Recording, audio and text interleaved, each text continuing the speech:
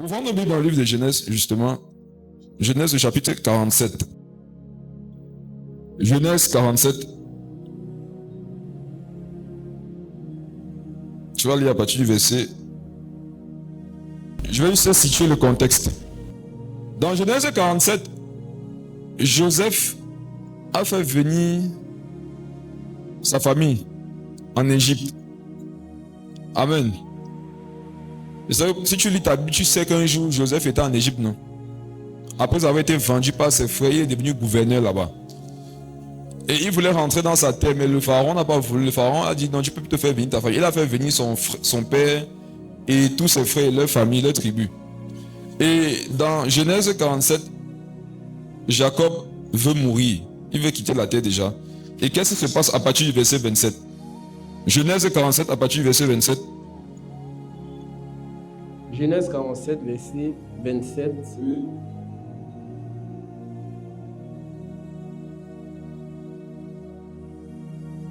Israël habita dans le pays d'Égypte, dans le pays de Gozin. Il eut des possessions, il fut fécond et multipliait beaucoup. Ok, tu es dans la strong. Oui. Si vous vous rappelez, une vérité qui était très marquante quand on partageait dessus dimanche, c'était que la capacité à Dieu de te faire prospérer dans tous les domaines de ta vie, notamment dans le domaine spirituel, ça ne dépend pas de la terre que tu occupes. Qui se rappelle? On a vu que Isaac, quel que soit l'endroit où il creusait, il trouvait de l'eau. Et on a vu que cette eau-là, c'était Jésus. Isaac ne trouvait pas de l'eau parce que forcément où il creusait, il y avait de l'eau. Isaac creusait, il trouvait de l'eau parce qu'il creusait avec Christ. N'oubliez pas. Tu ne vas pas réussir dans certains domaines de ta vie parce que tu fais bien, mais parce que tu fais avec Jésus.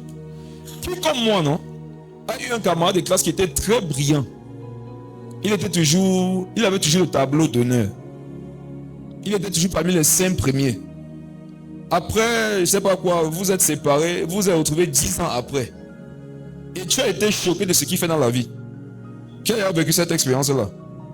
Je vous pose une question.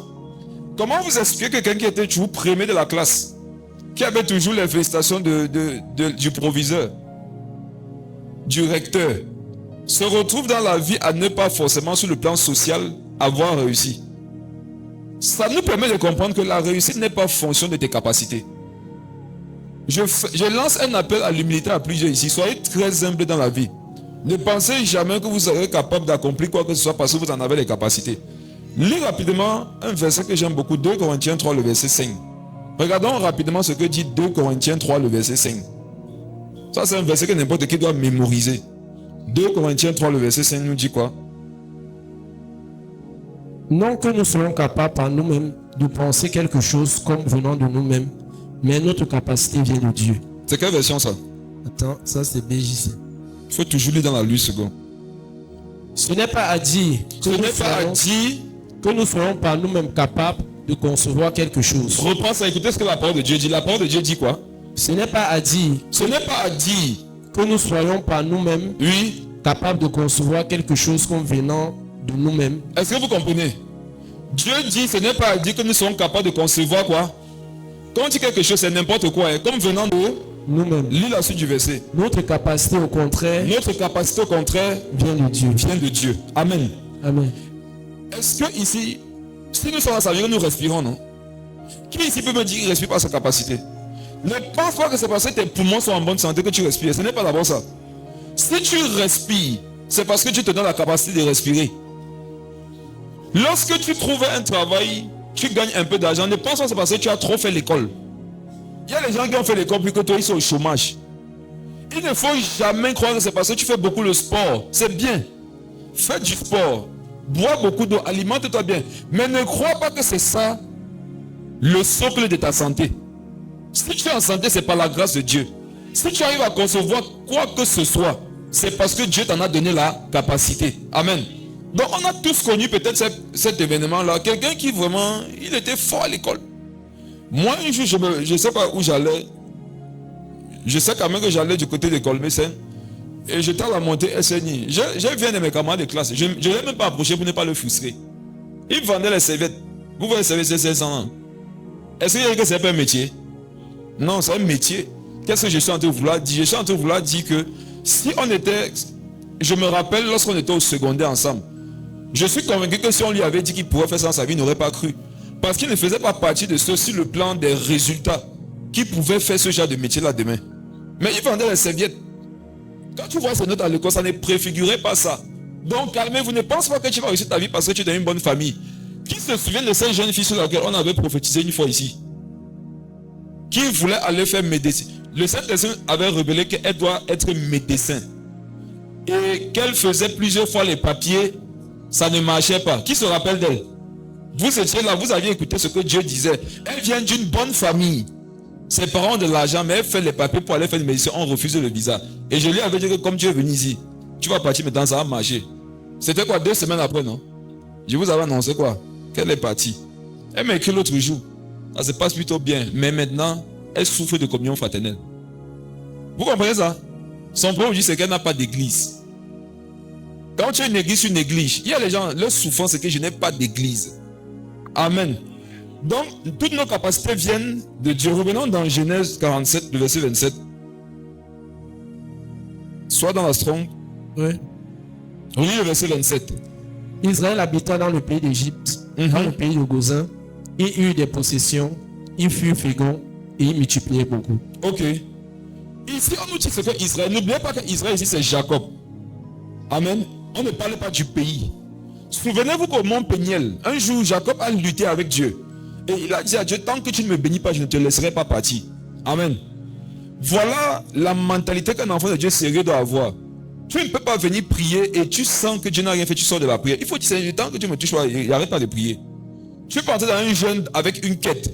Et le jeûne en train de finir, tu sens que tu ne l'as pas eu, tu restes comme ça.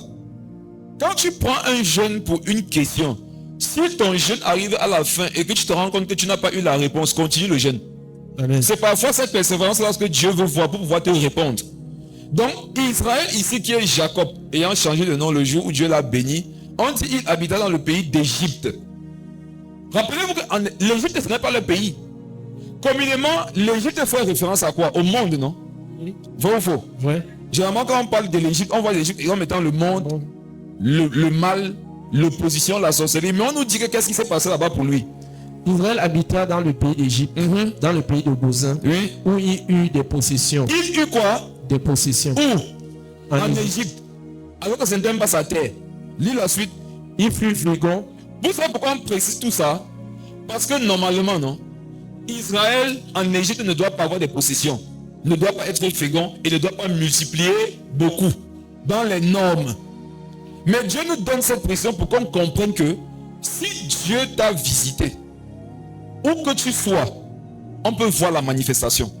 Je reviens dans ce que je disais dimanche passé. Ne pensez pas que parce que vous venez d'une famille précaire, ne pensez pas que c'est parce que vous habitez dans un pays sous-développé que votre vie sera sous-développée ou que votre vie sera précaire. Amen. Le mandat de la croix sur nos vies, c'est un mandat de vie. Regardez, la Bible dit que Jésus-Christ est le Jean 14, verset 6. Je suis le chemin, la vérité et la vie. Lorsque la vie de Jésus doit se manifester dans ta vie à toi, elle ne cherche pas d'abord à savoir dans quel pays tu vis. Et c'est pas si on est d'accord. Amen. Quand tu lis l'histoire des hommes de réveil, la plupart des hommes de réveil venaient de familles très pauvres. C'est la remarque que j'ai faite. Très peu d'hommes de Dieu puissants, même de femmes de Dieu puissantes de nos générations passées là, venaient des familles stables. La plupart venaient des familles pauvres. Je prends l'exemple rapidement. Benson Idahosa. Benson Idahosa est né maladif. Il a été tellement malade un jour que son père a demandé à sa mère de partir le jeter dans la poubelle parce qu'on était convaincu qu'il était mort. Son père ne voulait pas de lui. Sa maman l'a laissé dans la poubelle sur les instructions de son papa. Mais comme ça, il a commencé à crier. Sa mère, pour finir, elle a encore récupéré. Il était maladif lorsqu'il était petit. Le monsieur, on sait ce qui s'est passé avec lui dans la suite de sa vie. L'histoire révèle que avant de mourir, il avait vécu 35 résurrections. Quelqu'un qui lui n'était pas appelé à vivre. Dieu l'a utilisé 35 fois pour ressusciter des personnes qui étaient déjà mortes. Amen. Donc, je voudrais te faire comprendre que ne te limite pas. Amen. Dieu, il n'y a pas de petitesse en Dieu. Il n'y a que de la grandeur en Jésus. Quelqu'un qui devient un enfant, je dois comprendre que je dois être grand à tous les niveaux. Si tu te convertissais, tu avais 2 en maths, souviens. Tu ne dois pas continuer à avoir 2 en maths sur 20. Amen. Si l'esprit de Dieu qui est en toi, c'est vraiment un esprit de sagesse, on doit avoir ça sur tes notes. Si au travail, tu n'étais pas productif, après ta conversion, on doit pouvoir voir la productivité. Amen. Ton patron doit souffrir de ne pas vouloir te chasser parce qu'il sait que toi, là, il y a quelque chose de spécial sur toi.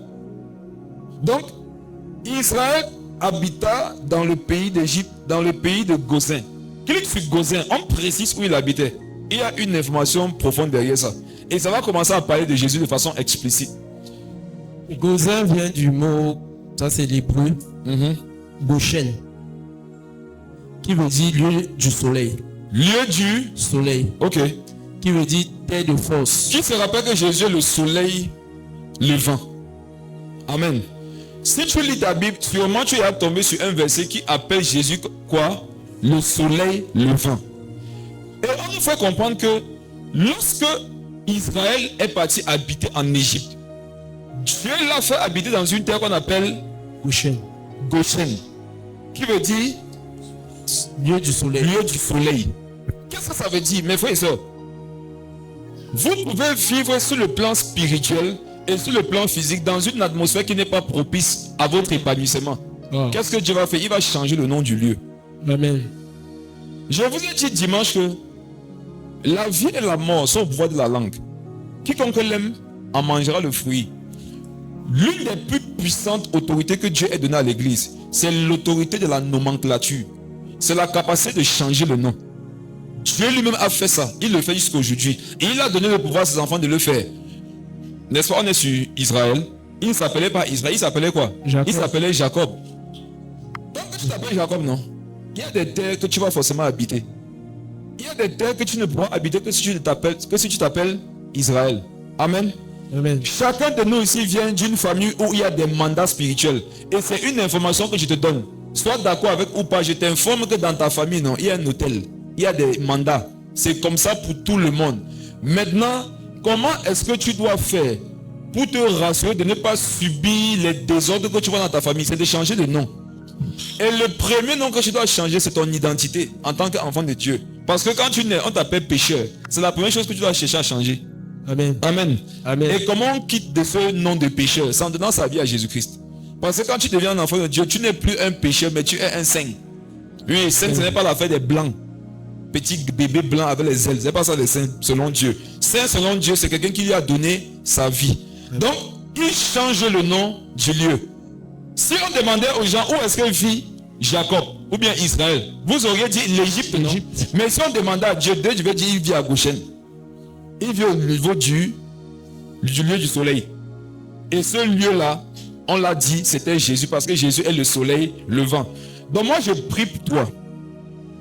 Je prie au nom de Jésus afin que ce soit dans tes études, dans le domaine professionnel, dans le domaine social, familial, dans tous les domaines de ta vie. Si le lieu que tu habitais s'appelait Égypte, qu'à partir de maintenant, ce soit le lieu du soleil. Que ce soit vraiment Dieu qui devienne la terre sur laquelle tu bâtis. Et retenons ce verset, parce que ça va nous aider devant. Je voulais rapidement qu'on voit ça. Continue, on va revenir dessus. Continue la lecture dans la Genèse 47. Jacob Va vécut. directement au verset 30. C'est Israël qui parle à son fils Joseph. Qu'est-ce qu'il lui dit au verset 30? Quand je serai couché avec mes pères, tu me transporteras hors de l'Égypte. Tu m'enterreras dans leur sépulcre. Joseph répondit, je ferai selon ta parole. Reprends ça, reprends le verset. Ça va devenir intéressant maintenant. Quand je serai couché avec mes pères, tu me transporteras hors de l'Égypte. Et tu m'enterreras dans le sépulcre, dans leur sépulcre. Joseph répondit, je ferai selon ta parole. Voici les deux versets qui vont nous révéler Jésus. Le verset 27 et le verset 30. Au verset 27, on parle de Goshen ou Goshen, qui est le lieu du soleil. Et ce soleil-là, c'est Jésus. Maintenant, mes frères et sœurs, je vais vous dire une vérité forte. Vous devez la retenir et la garder pour toujours. En fait, Jésus, le but de Dieu dans nos vies, c'est de nous rendre semblables à lui. Vous avez remarqué, le jour où vous êtes converti au Seigneur, il ne vous a pas enlevé du monde. Il vous a laissé sur la terre parce qu'il a un plan. Il a deux plans même. Le premier plan, c'est de te rendre semblable à lui. Le deuxième plan, c'est que tu accomplisses la volonté pour laquelle il t'a envoyé sur la terre. Amen. Le but suprême de Dieu, c'est que tu deviennes comme lui. c'est que tu sois son imitateur, c'est que tu sois semblable à lui. Et depuis la création, c'était ça. À la création, qu'est-ce que Dieu avait dit? Faisons l'homme à notre image, selon notre ressemblance. Maintenant, le péché est venu détruire le processus de Dieu. Le processus de Dieu, c'était de créer Adam, Ève, et de les rendre parfaitement semblables à lui. Le péché est venu casser ça. Jésus maintenant vient pour rétablir le programme. Amen. Dans le programme de Dieu, c'est que nous redevenons comme Jésus. Maintenant, on nous dit que Jésus c'est le lieu du soleil. Jésus est le soleil. Qui se rappelle que Jésus nous a dit que nous aussi on doit éclairer? Parce que le but du soleil c'est de faire quoi? C'est d'éclairer. Si on peut avoir une visualisation de la journée comme ça, c'est parce que le soleil est debout. Allons dans Matthieu. Jésus est le soleil, il fait de nous aussi des soleils. Matthieu 4, à partir du verset 16.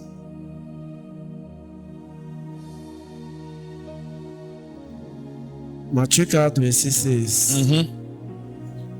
Ce peuple assis dans les ténèbres a vu une grande lumière. Et sur ceux qui étaient... Excuse-moi, je situe le contexte. Ici, Jésus va à Capernaum. Et pendant que Jésus entre à Capernaum, qu'est-ce qu'on dit maintenant? Ce peuple assis dans les ténèbres a vu une grande lumière. La grande lumière dont il est question, c'est qui? N'est-ce pas que le soleil, c'est une grande lumière? Alléluia. Jésus entre à Capernaum. Et on dit que comme Jésus est entré à Capernaum, qu'est-ce qui est entré à Capernaum? La lumière. Une grande lumière, donc le soleil. Lis la suite. Et sur ceux qui étaient assis dans la région de l'homme de la mort, la lumière s'est levée. Amen. À la fin de sa vie, à la fin de son ministère, Jésus part et il nous appelle. Il dit, de même que le Père m'a envoyé, je vous envoie aussi. Le Père l'a envoyé comme une grande lumière pour éclairer. Amen. Et Jésus a fini sa part, il part. Il dit que comme le Père m'a envoyé, moi aussi je vous envoie. Il nous envoie comment? Pour éclairer aussi. C'est la suite. Matthieu chapitre 5, le verset 14. Matthieu 5, 14. Vous êtes la lumière du monde. Une ville située sur une montagne ne peut être cachée. Vous êtes la lumière du monde. Jésus est une grande lumière. Jésus est un soleil. Il a fait de nous pareillement. Maintenant, voici une question que tu peux te poser. Est-ce que ta vie est claire? Amen.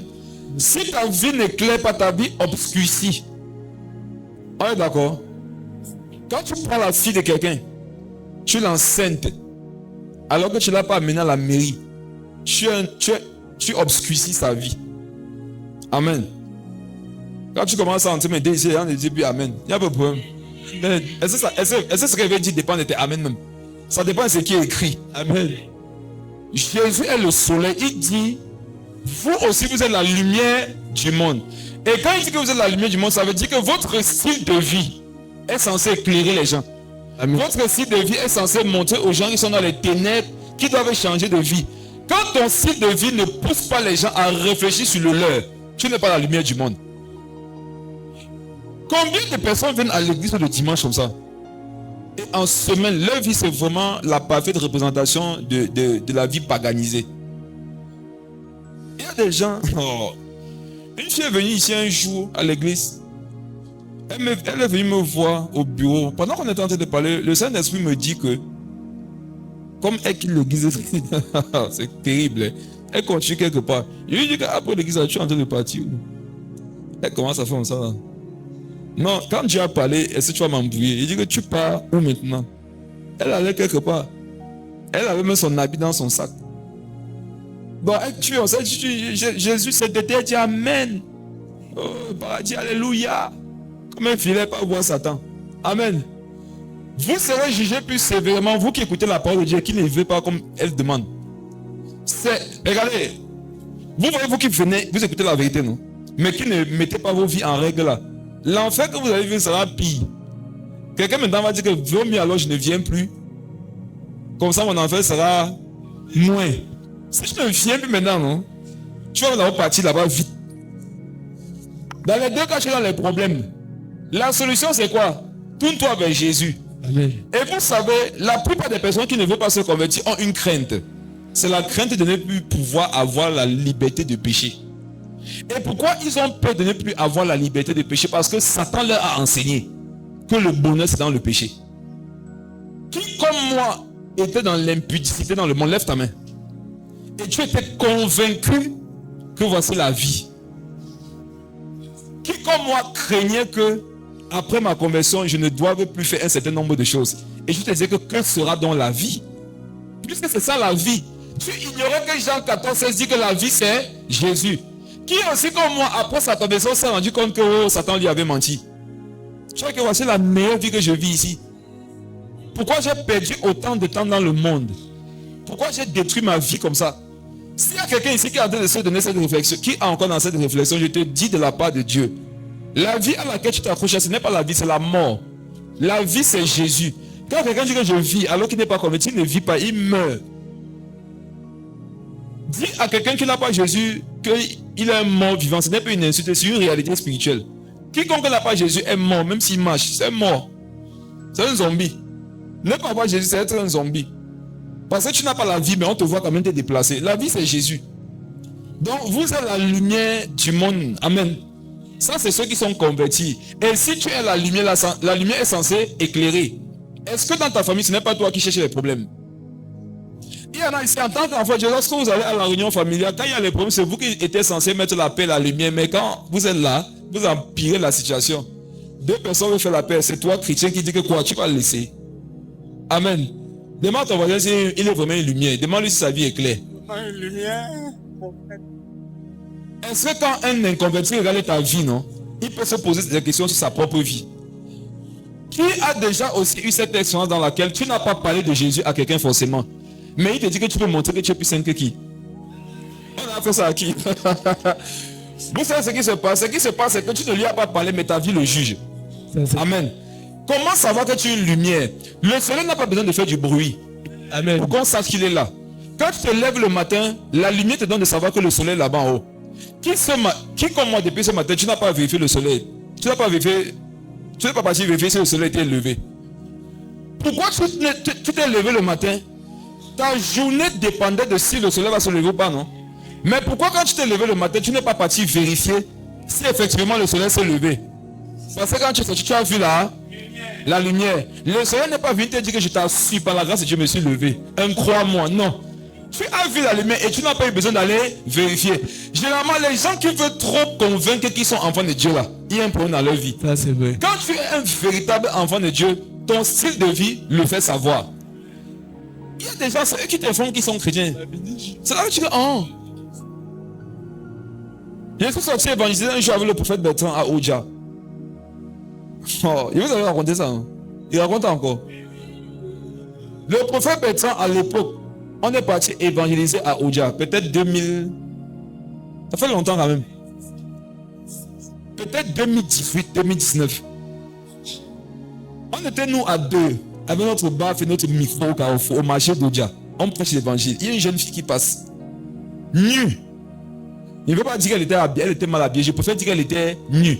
Parce que Satan vous a montré que Satan vous a donné, comme il est couturier, il vous a enseigné sa couture à lui.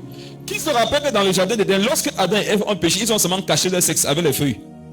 Qui se rappelle? Si tu as lu le livre de Genèse, ils ont caché leur sexe. Mais qu'est-ce que Dieu a fait avant de les laisser partir? Il a tué des animaux, il les a couverts avant de les laisser partir. Amen. Donc, pour Dieu, non, quand quelqu'un est dans le péché, non, il doit au moins savoir s'habiller. Adam et Ève étaient dans le péché. Mais Jésus là, a quand même de comprendre que c'est vrai qu'aujourd'hui vous êtes dans le péché, non? Mais au moins habillez-vous bien. Mais quand tu as des gens qui sont à l'église, ils ne savent même pas s'habiller, ils disent qu'ils sont des chrétiens. Vous êtes des chrétiens. Vous êtes une race inconnue. En fait, vous serez un objet d'étude spirituelle. Parce qu'on cherche la Bible, on ne voit pas votre style, mais vous existez quand même. Tu seras l'objet d'une étude spirituelle. Elle nous a approchés nus, mini, avec la poitrine dehors. Et elle nous a demandé.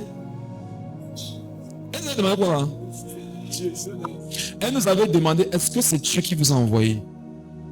La première chose qu'elle avait dit, c'est que ne me voyez pas comme je suis habillé. Je suis une prophétesse. Amen. Elle a eu besoin de nous informer qu'elle était une prophétesse. Nous, tu avais vu qu'elle était. Moi, je n'ai pas vu que c'était une prophétesse. Parce que l'habillement, ce n'était pas l'habillement d'une prophétesse. Elle nous a dit, ne me regardez pas comme je suis là, je suis une prophétesse. Et elle nous demande, qui vous a envoyé prêcher ici? Je lui ai dit que tu es une prophétesse, non, maman? Si tu es une prophétesse, Dieu doit te parler, non? Donc demande à Dieu. La comédienne fait comme ça. Vous me dites que là, je suis en train d'interroger le Seigneur. Hein? Elle fait ça quelque chose. Après, nous dit, C'est Dieu qui vous a envoyé. Voilà une sorcière moderne. Amen. Pourquoi elle se présente, elle dit, je suis une prophétesse? Tu n'as pas besoin de te présenter. Amen. Regardez mes frères et sœurs, comptez le nombre de fois où Jésus-Christ a dit que je suis tant. Ce n'était jamais son nom, c'était des manifestations. Amen. Lisez la Bible, Jésus dit, je suis la lumière, je suis le sel, je suis tant. C'était des manifestations, ce n'était pas son nom. Amen. Une façon de dire que si tu devais te présenter, qu'on puisse voir par ta vie que ce qui est écrit, non, tu en es le reflet. La parole de Dieu nous demande d'être des lettres écrites. Amen. Amen. Les gens doivent pouvoir lire la Bible lorsqu'ils te voient. Amen. Demande-toi, est-ce que je représente un livre de la Bible? Amen. Et si vous représentez la boîte de nuit, vous représentez la sorcellerie, vous représentez les ténèbres, le monde. La Bible nous fait comprendre que nous devons être le prolongement des Écritures. Quand un frère te voit, il doit dire que non, celui-ci non, il me fait seulement penser à l'enlèvement. Parce que c'est comme, il est toujours en train de vivre comme si Jésus arrivait là. C'est un frère Apocalypse. Il y a un autre frère là, quand tu le vois, il ne peut pas ne pas te parler du retour de Jésus, de l'évangile. Ça, c'est un frère de Matthieu, Marc, Luc, Jean. Il y a un autre frère, lui, les sujets que tu penses généralement avoir compris, il te décortique ça un peu plus. Ça sont les épîtres. C'est un frère thessalonicien, corinthien. Amen. Mais il y a d'autres frères maintenant, lui, il n'aime pas souvent que tu comprennes les choses de façon superficielle. Il aime te ramener aux origines. Là, c'est un frère Genèse. Amen. Maintenant, toi, mon, tu es quel genre de soeur? Tu es quel genre de frère? Si tu as remarqué que tu parles chez un frère, chez une soeur, tout ce que vous faites, c'est bavarder. Ça, c'est un frère quoi? Islam. Ça, c'est un frère courant. Ça, c'est un frère courant. Donc, beaucoup de paroles, beaucoup de cris, beaucoup de prières, mais pas de salut. Amen. Jésus t'informe que tu es la lumière du monde. Et la lumière est censée éclairer. Une lumière qui n'éclaire pas, ce n'est pas une lumière. Une lumière qui n'éclaire pas, c'est un songe. Il y a beaucoup, si votre vie avec Dieu, c'est comme les songes. Dès que vous vous réveillez, il n'y a plus rien. C'est dans les songes que vous vivez votre vraie vie. Il y en a ici, elles sentent qu'elles doivent se sanctifier, mais elles ne le font pas. Et regardez ma soeur. Savoir que tu dois faire une chose et ne pas le faire, ça ne va pas te justifier. Ce qui justifie, ce sont les fruits. Jésus a dit qu'on reconnaîtra ses disciples comment? Par les fruits. Donc Jésus dit, vous êtes la lumière du monde. Continuons, revenons dans Genèse.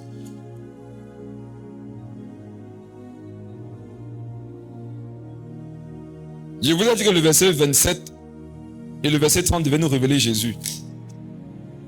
Le verset 27, relis ça. 47, 27. Bref, pour aller rapidement, on sait que le verset 27 nous parle de la lumière. Et le verset 30 dit quoi?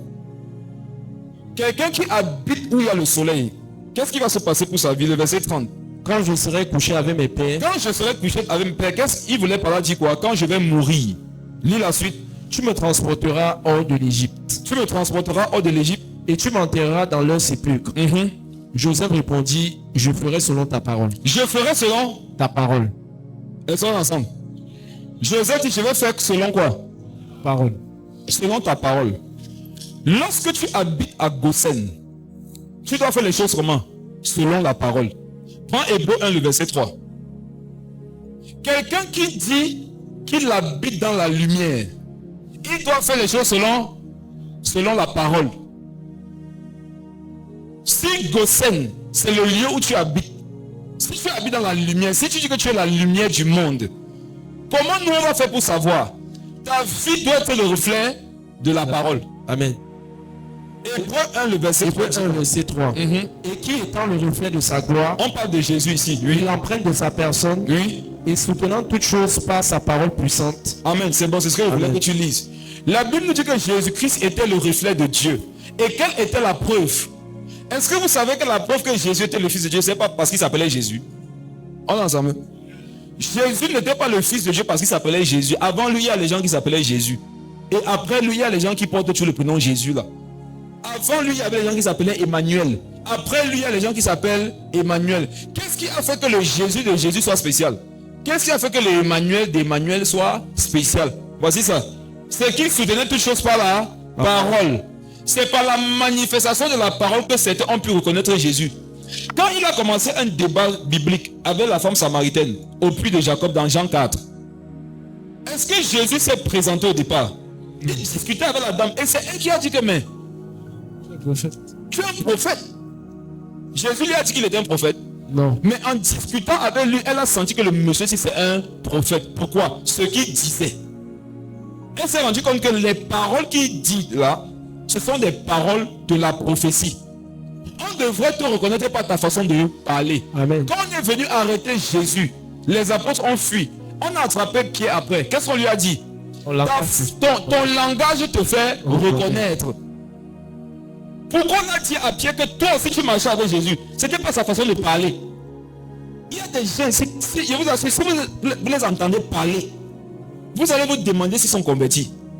Il y a des gens, si votre langage est sale, grossier, impudique, impur, vous avez deux langages. Le langage du dimanche et le langage de lundi à samedi soir. Pourquoi samedi soir? Parce que tu pries un peu avant de dormir pour le dimanche. On doit pouvoir te reconnaître par ton langage. Les gens de langage sale, grossier, non, tu n'es pas de ce style-là. C'est ça être la lumière. Et mes frères et sœurs, les gens parfois ne vont pas te le dire, non? Mais quand tu as les fruits de l'esprit, quand tu es une lumière, ils le savent. Ils ne vont pas souvent te le dire. Comment tu reconnaîtras qu'ils savent que tu es une lumière? C'est qu'ils auront les problèmes. Ils vont se moquer de toi. Mais quand il y aura des prix, ils vont te dire que pasteur, prie pour moi. Ah, pasteur, prie pour moi. Donc tu savais et tu te moquais. Amen.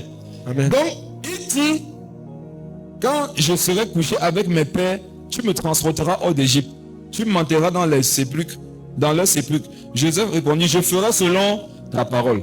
Être une lumière, c'est faire les choses selon la parole de Dieu. Voici une question qu'un enfant de Dieu sérieux doit se poser avant de penser, avant de parler, avant d'agir. Quel est le passage biblique qui soutient ce que je m'apprête à faire? Amen. Vous savez quoi? Je ne suis pas contre le fait que tu ailles dormir avec un garçon. Hein. Vas-y. Mais avant, pose-toi une question. Quel est le passage ou quelle est l'histoire biblique qui soutient le fait que, n'étant pas la femme de quelqu'un, je m'en vais dormir avec lui? Si tu trouves le passage qui soutient ça, vas-y. Appelle-nous, on va prier pour toi pour que la nuit là soit onctionnée. Mais si tu ne trouves pas, reste chez vous. Amen. Amen. Avant de fumer, non, cherche le passage biblique qui soutient ça. Parce que quand Dieu va t'attraper, il ne va pas te dire que pourquoi tu fais ça. Il va seulement te dire que qui t'a dit que tu es nu? Est-ce que Jésus a dit à Adam pourquoi tu as péché? Qui se rappelle? Jésus n'a jamais parlé du péché avec ADF. Il a seulement dit que qui vous a dit? Autrement dit, moi je vous avais donné une parole. Qui vous a donné une autre parole? Amen. Toute autre parole à laquelle tu te soumets, qui n'est pas la parole de Dieu, ça va exposer ta nudité. Et maintenant, la présence de Dieu à laquelle tu aspirais, tu vas commencer à la fuir. N'est-ce pas que n'importe qui s'y veut fuir dans la présence de Dieu? Mais comment ça se fait que tu fuis cette présence-là? C'est parce que le péché t'a rendu nu.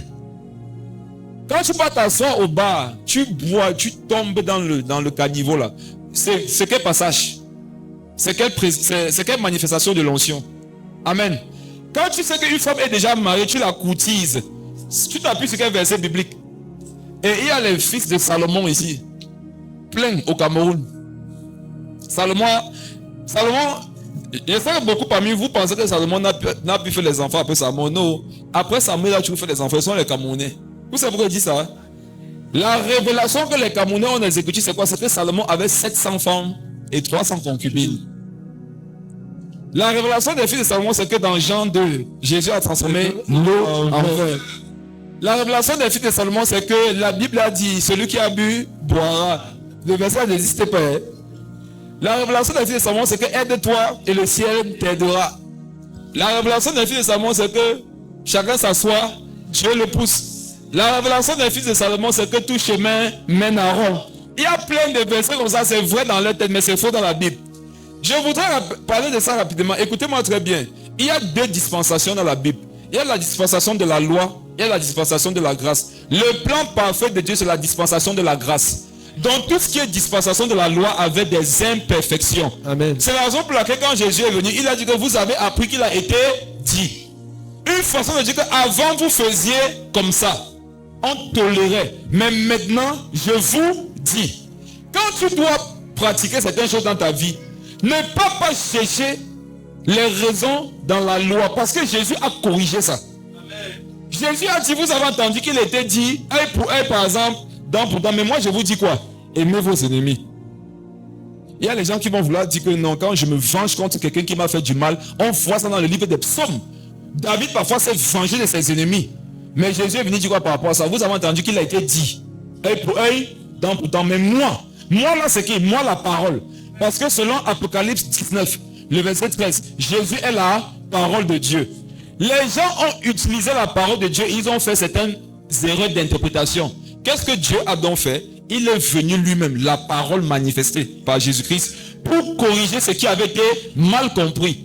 Vous avez entendu qu'il a été dit qu'un homme peut être polygame. Mais moi je vous dis que l'homme quittera son père et sa mère et s'attachera à sa femme. Et les deux, pas les trois, pas les quatre, pas les cinq, et les deux deviendront une seule chair. Amen. Voici la révélation que tu dois chercher pour ta vie aujourd'hui, pour être une lumière. Est-ce que ce que je suis en train de faire, Jésus m'a enseigné ça? Est-ce que ce que je vais faire bientôt là, c'est Jésus? Est-ce que c'est le Saint-Esprit qui m'inspire à le faire? Qui a remarqué qu'avant sa conversion, quand tu avais des problèmes avec les gens, tu t'en foutais? Mais depuis que tu t'es converti, tu n'étais même pas encore enseigné. Quand tu avais des problèmes avec les gens, il y a une voix intérieure qui te disait que va demander pardon alors que ce n'est pas toi qui as tort. Ça, ce sont les preuves que tu es de nouveau. Hein. Ne pensez jamais que quelqu'un est de nouveau parce qu'il parle en langue. Amen. Tu peux parler en langue, le jour de l'enlèvement, tu ne parles pas. Tu peux parler en langue, le camion t'enverse, tu es surpris dans le feu. Et c'est là que beaucoup vont dire, Seigneur Jésus, je parlais en langue. Jésus va dire quoi? Éloignez-vous de moi, vous qui commettiez l'iniquité. Le problème c'est l'iniquité. Est-ce que tu ne vis pas dans l'iniquité? Il y a les gens, quand vous les voyez prier à l'église, non? Quand ils prient fort, c'est parce qu'ils sont dans le péché fort. Ils prient fort pour se convaincre que malgré le fait que je suis dans le péché là, non, vraiment, que Satan ne m'accuse pas. Je suis sauvé. Puis en langue de 22h à 6h. Prophétiser de 6h à 22h. Si tu vis dans l'iniquité, à ta mort, tu vas aller en enfer et tu vas prophétiser là-bas.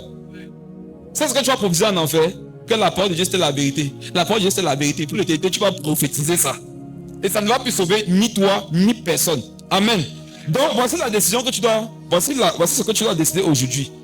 Pour chaque pensée, chaque parole et chaque action que je devrais avoir et poser, je devrais être capable de soutenir ça avec la parole de Dieu. Quelqu'un a péché contre toi, tu te fâches. C'est quel verset biblique? Jésus a dit quoi? Si quelqu'un a péché contre toi, fais comment? Va vers lui. La parole de Dieu est Dieu. Hein? La parole de Dieu, quand tu la lis, tu comprends qu'aucun homme ne peut s'y soumettre. Raison pour laquelle Jésus nous a envoyé le Saint-Esprit.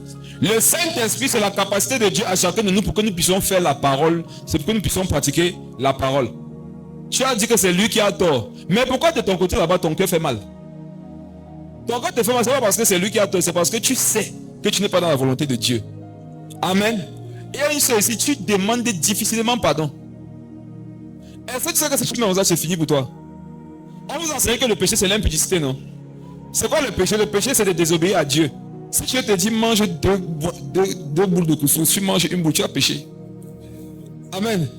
Il y a ici, pour eux, le péché c'est de partir en boîte, boire, saouler, coucher avec les filles. C'est pas ça le péché seulement. Le péché c'est toute recommandation que Dieu t'a donnée, à laquelle tu n'as pas obéi. Tu restes ta chose tranquille, non? Quelqu'un vient pécher contre toi. Si Dieu te dit à toi de partir chercher la paix, tu ne peux pas, tu as péché. Et si tu meurs comme ça, c'est fini. À cause du péché de quelqu'un, toi, tu peux te retrouver dans les problèmes. Si tu désobéis à Dieu, il y en a, les gens ont péché contre vous et ça vous a poussé aussi à pécher contre Dieu. Ça ne va pas vous justifier. N'oubliez jamais la scène dans Genèse. Adam a dit à Dieu que c'est Ève. Ève a dit que c'est qui? C'est le serpent. Les deux avaient raison, mais tous ont été chassés. Tu peux aller au ciel en enfer ayant raison. Hein? Donc dans l'histoire là, non, wow. Tu as raison. Mais Jésus te dit que non, va en enfer avec ta raison. Parce que quand Dieu donne sa parole, non, plus personne n'a raison. Oh, elle a péché contre moi. Il m'a offensé, il va venir me demander pardon. Jésus te dit, oh, va chercher la paix. C'est parce qu'il dit que non, ce que tu penses là, ce n'est plus la vérité. Ce qui devient la vérité, c'est que malgré le fait que c'est contre toi qu'on est péché, c'est toi qui vas aller chercher la paix. Il est le Dieu de paix, non? Que pensez-vous que fait un Dieu de paix chaque jour? Il recherche la paix. Combien de fois toi-même tu as tombé? C'est Jésus qui est venu te relever. Depuis que tu es converti, tu n'es jamais tombé dans le péché. Parlons-nous. Oh, il faudrait que je précise quelque chose ici. Est-ce que quelqu'un va dire, oh, demain qu'on se convertit, on pêche? Attendez, je corrige ça vite. Écoutez-moi bien. Est-ce qu'un enfant de Dieu ne pêche jamais? Si. Quelle est la différence entre le péché d'un païen et le péché d'un enfant de Dieu. Selon 1 Jean le chapitre 3, le païen pratique le péché. Ça veut dire qu'il pêche consciemment, il prépare le mal. Un enfant de Dieu ne pratique pas le péché. Ça veut dire qu'il peut pécher, mais ce n'est pas quelque chose qu'il a prémédité. Ce n'est pas quelque chose qui s'assoit comme ça, il calcule qu'il va aller faire. Deuxième chose, lorsqu'un païen pêche, il n'a pas d'avocat. Lorsqu'un enfant de Dieu pêche, il a un avocat. C'est l'apôtre Jean qui en parle. Et notre avocat là, c'est qui? C'est Jésus. Et quand tu as Jésus pour avocat, on t'assure, quelle que soit l'affaire dans laquelle il te défend, tu vas sortir innocent. Troisième chose, lorsqu'un païen pêche, ça ne lui dit rien. Lorsqu'un enfant de Dieu pêche, vous allez voir que la culpabilité va ronger son cœur. Quatrième chose, le païen, lui, quand il entend la grâce, il abuse. Donc il fait ce qu'il veut, c'est dire que Dieu c'est un Dieu de pardon. Mais la Bible nous dit, pour nous les enfants de Dieu, que la grâce nous apprend à fuir l'iniquité, à renoncer à l'impiété. Quelqu'un qui a vraiment compris l'œuvre de la croix, il doit vivre dans le péché. Ça peut lui arriver de tomber. Mais Dieu lui dit quoi selon Apocalypse 2, verset 5? Relève-toi, va de l'avant. Amen. C'est comme une marche dans laquelle on a des manquements. Lorsque tu accouches ton enfant, à partir d'un certain âge, il commence à marcher, n'est-ce pas? Souvent, les enfants qui marchent rapidement marchent à 10 mois, 11 mois, 1 an. Et n'est-ce pas que pendant qu'ils essaient de marcher là, ils peuvent tomber? Quel parent voit son enfant essayer de marcher? Quand l'enfant tombe, il prend le bâton. Qui a vu ça? Au contraire, même quand il tombe, le parent est derrière lui, comment? Il est content. Il dit, waouh, il a fait 2 pas. Il a fait 3 pas. Il a fait 4 pas. Quand tu es devenu un enfant de Dieu, si tu sais dans ton cœur que tu es sincèrement en train de lutter pour te sanctifier, amen, ne laisse pas la culpabilité ronger ton cœur. Parce que le projet de Satan, c'est de... En fait, son travail, je vous ai dit qu'il a 2 fonctions. Première fonction, c'est quoi? Menteur. Deuxième fonction, accusateur. L'un des travaux de Satan, c'est de t'accuser. Qu'est-ce que lui fait? 1 Pierre 5, verset 8. La Bible dit qu'il rôde comme un lion, cherchant qui dévorer. Quand tu te convertis à Jésus, le Seigneur sait que tu es imparfait. Il va t'aider par le Saint-Esprit année après année à te perfectionner. C'est ça qui montre que tu es sauvé. C'est que année après année, il y a des transformations. Mais si depuis que tu es converti, il n'y a pas de transformation, il se peut que tu ne sois pas né de nouveau. La preuve que quelqu'un est né de nouveau, il y en a 2. Première chose, c'est que il est délivré de l'esclavage et du péché. Ça veut dire qu'il n'est plus quelqu'un qui va rester comme ça. Allez, le péché va dire qu'il va pécher pas. Non, non, non. Aujourd'hui, il vit dans la sanctification. Deuxième chose, c'est qu'il y aura une croissance spirituelle. Et quand Satan veut s'attaquer à la croissance spirituelle, qu'est-ce qu'il va faire? Il va te surveiller. Si tu tombes dans le péché, il va te dire quoi? Tu as vu? Tu dis que tu es un chrétien. Tu dis que tu es un enfant de Dieu. Et regarde ce que tu as fait. Tu n'es pas converti. Laisse ces choses-là, ce n'est pas pour toi. La culpabilité commence à ronger ton cœur. Et quand tu laisses la culpabilité ronger ton cœur, les capacités que tu avais vont s'arrêter. Mais Dieu étant un père, c'est exactement comme quand tu apprends à marcher. Il t'aide à t'améliorer année après année. Qui ici est converti, ça fait minimum 4 ans. Ça fait au moins 4 ans quand même que tu es né de nouveau. Rappelle-toi, est-ce que la vie que tu as aujourd'hui, c'est la même vie d'il y a 4 ans? N'est-ce pas quand même si ça a 1% une amélioration? C'est ça qui montre que tu marches avec Dieu. Ce qui montre que tu marches avec Dieu, ce n'est pas que tu es parfait. C'est que tu t'améliores, tu te perfectionnes. Le ministère d'Éphésiens 4, le verset 11, a été donné pour le perfectionnement des saints. Donc un saint, c'est quelqu'un que Jésus perfectionne. Tu ne peux pas naître de nouveau et tu es directement parfait, c'est impossible. C'est un processus. Celui que tu étais il y a 4 ans, ce n'est pas la même personne qu'il est aujourd'hui. Et le programme de Dieu, c'est de te rendre meilleur jour après jour. Il faut te voir comme un enfant qui apprend à marcher. Si tu tombes, le Père va te dire, lève-toi. Il y en a ici plusieurs. Vous avez des enfants. Plusieurs ici, vous avez des enfants. Et vos moments de joie, c'était de quoi? Les voir commencer à marcher. Quand l'enfant commence à faire des petits, on peut croire qu'il y a la fête à la maison, alors que c'est parce qu'il y a un Tintin là-bas qui a tout apprendre à marcher. Et l'enfant, il fait 2 pas, 3 pas, le parent est fier. Après, l'enfant tombe. L'enfant, comme il est enfant, la révélation qu'il a, c'est quoi? C'est que je suis tombé. La révélation que Dieu a, c'est quoi? C'est qu'il grandit.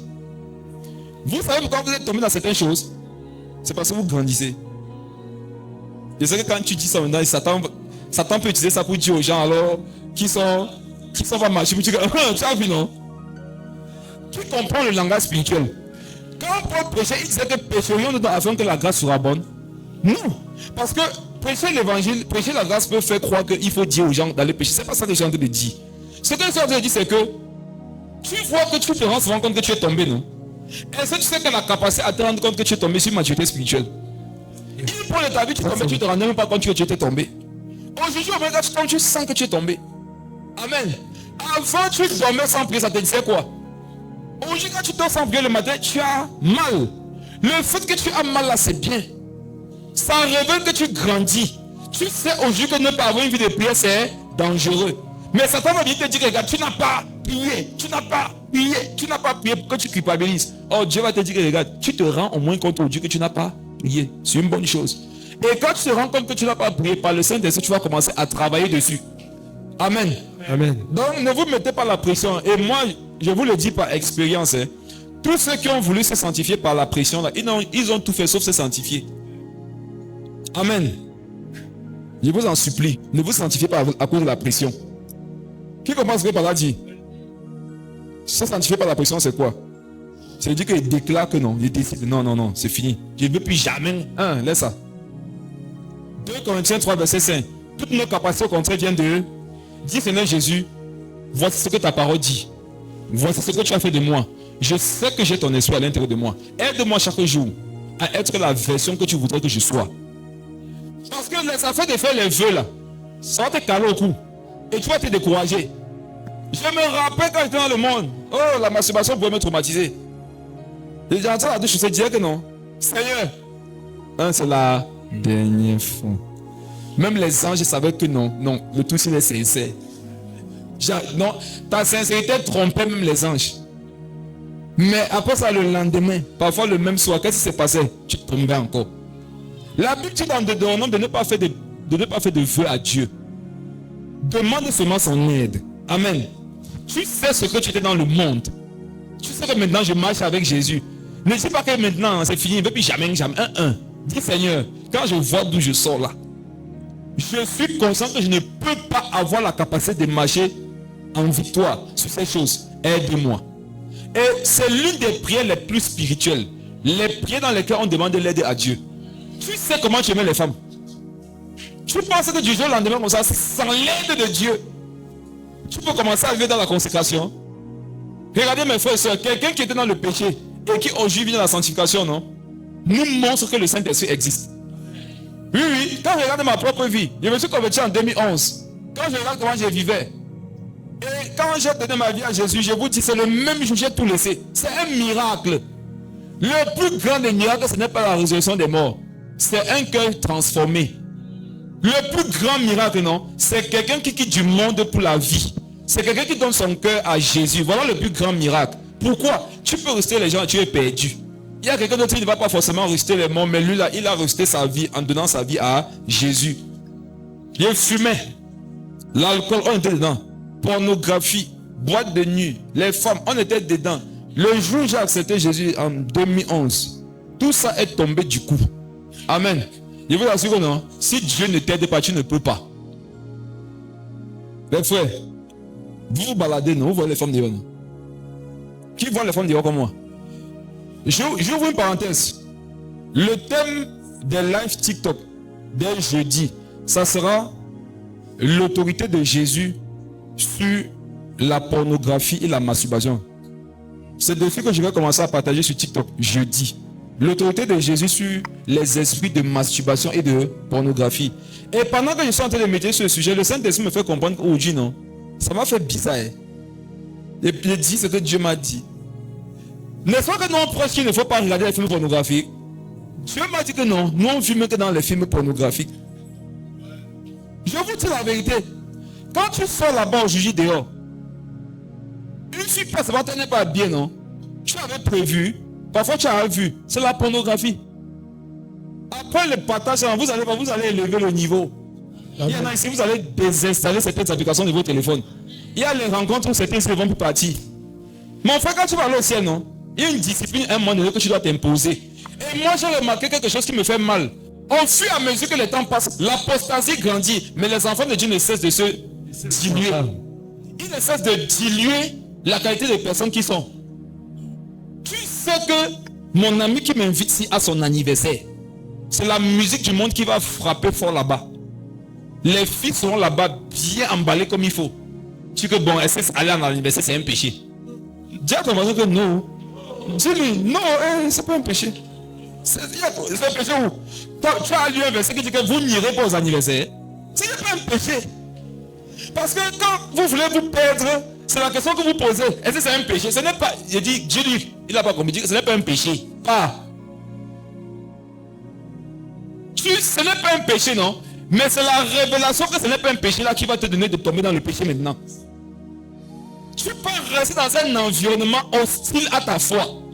Tu penses que tu vas rester là-bas 10 minutes, 15 minutes, 30 minutes sans que quelque chose ne se passe dans ton esprit? Mes frères, les temps viendront ou non pour aller au ciel, non? Chacun va seulement dire dimanche, non? Tu sors, tu pars que chez toi. Tu sors de ta maison, tu pars au travail. Je ne suis pas en train de m'amuser, hein? C'est fort là-bas dehors. C'est compliqué. C'est compliqué. Tu sors de l'église au sens chargé d'onction de la parole de Dieu. Ce qui t'accueille dès que tu veux parler de taxi, c'est une fille bizarre. Vous partagez la parole, mais vos corps partagent quoi? Une femme de Dieu, tu montes dans la moto, un homme te colle. Tu acceptes. On exagère, non? Quand c'est ça, c'est que non, vous exagérez. Vous voyez le mal partout. On ne voit pas le mal partout, le mal est partout. Regardez, non?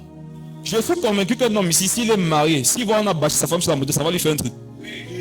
Les hommes mariés, levez la main. Levez la main, si tu es marié, lève ta main. Avoue que non, ta femme rentre du marché. Quand elle garde la maison, un gars descend, il est fier.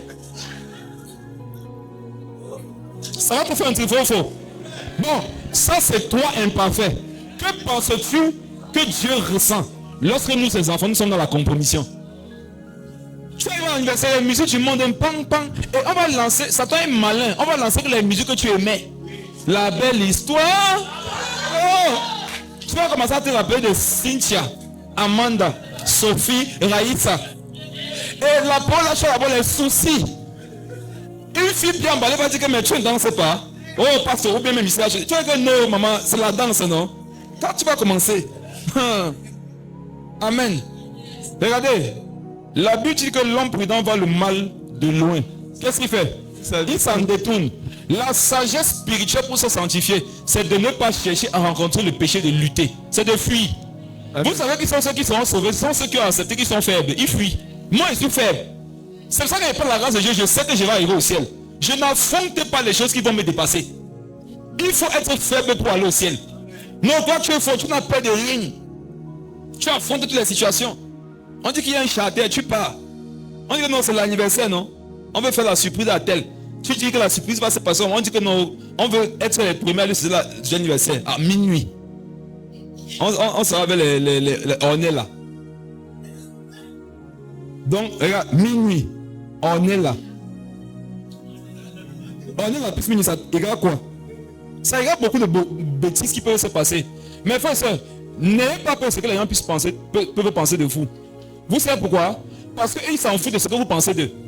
Moi j'ai remarqué que les pays s'en foutent de ce qu'on pense d'eux. Hein. Au contraire, ils attaquent même ton église. Ils attaquent ta foi. Ils se moquent. Mais c'est toujours toi qui veux chercher à appeler aux gens. Vous qui voulez chercher à appeler au pain là, vous allez les retrouver en enfer là-bas.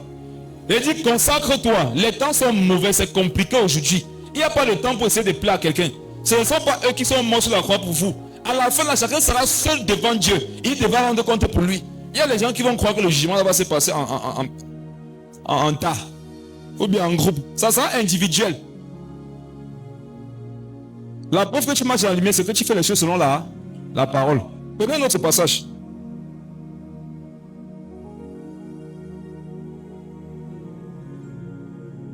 Matthieu au chapitre 7.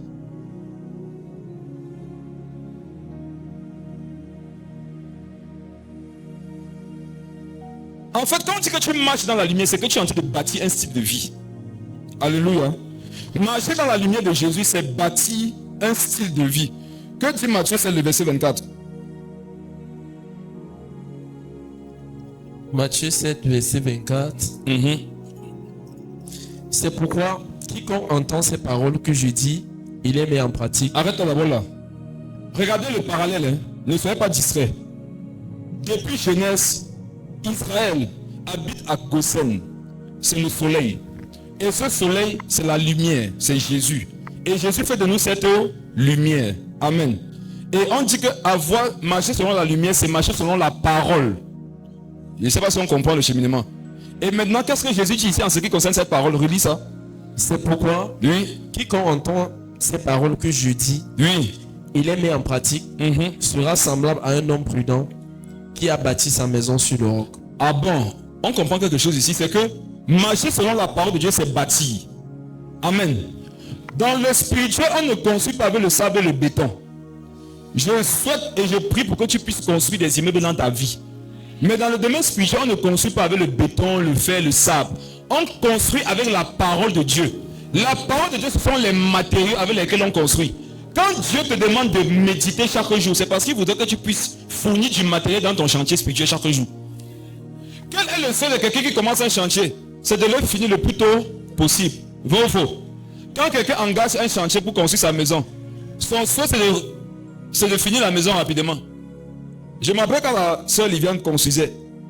Tu ne peux pas parler, elle s'en n'était pas du chantier. Tu sais comment ta vie est priée? Elle dit que vraiment ça va bien. Et je priais même l'autre jour pour le chantier.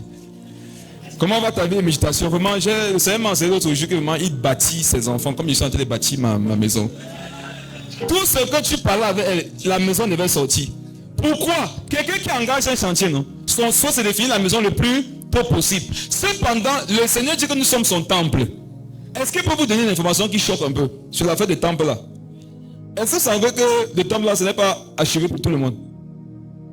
Vous voyez le temple du Saint-Esprit que nous sommes, non? Ce n'est pas le même bâtiment. Hein?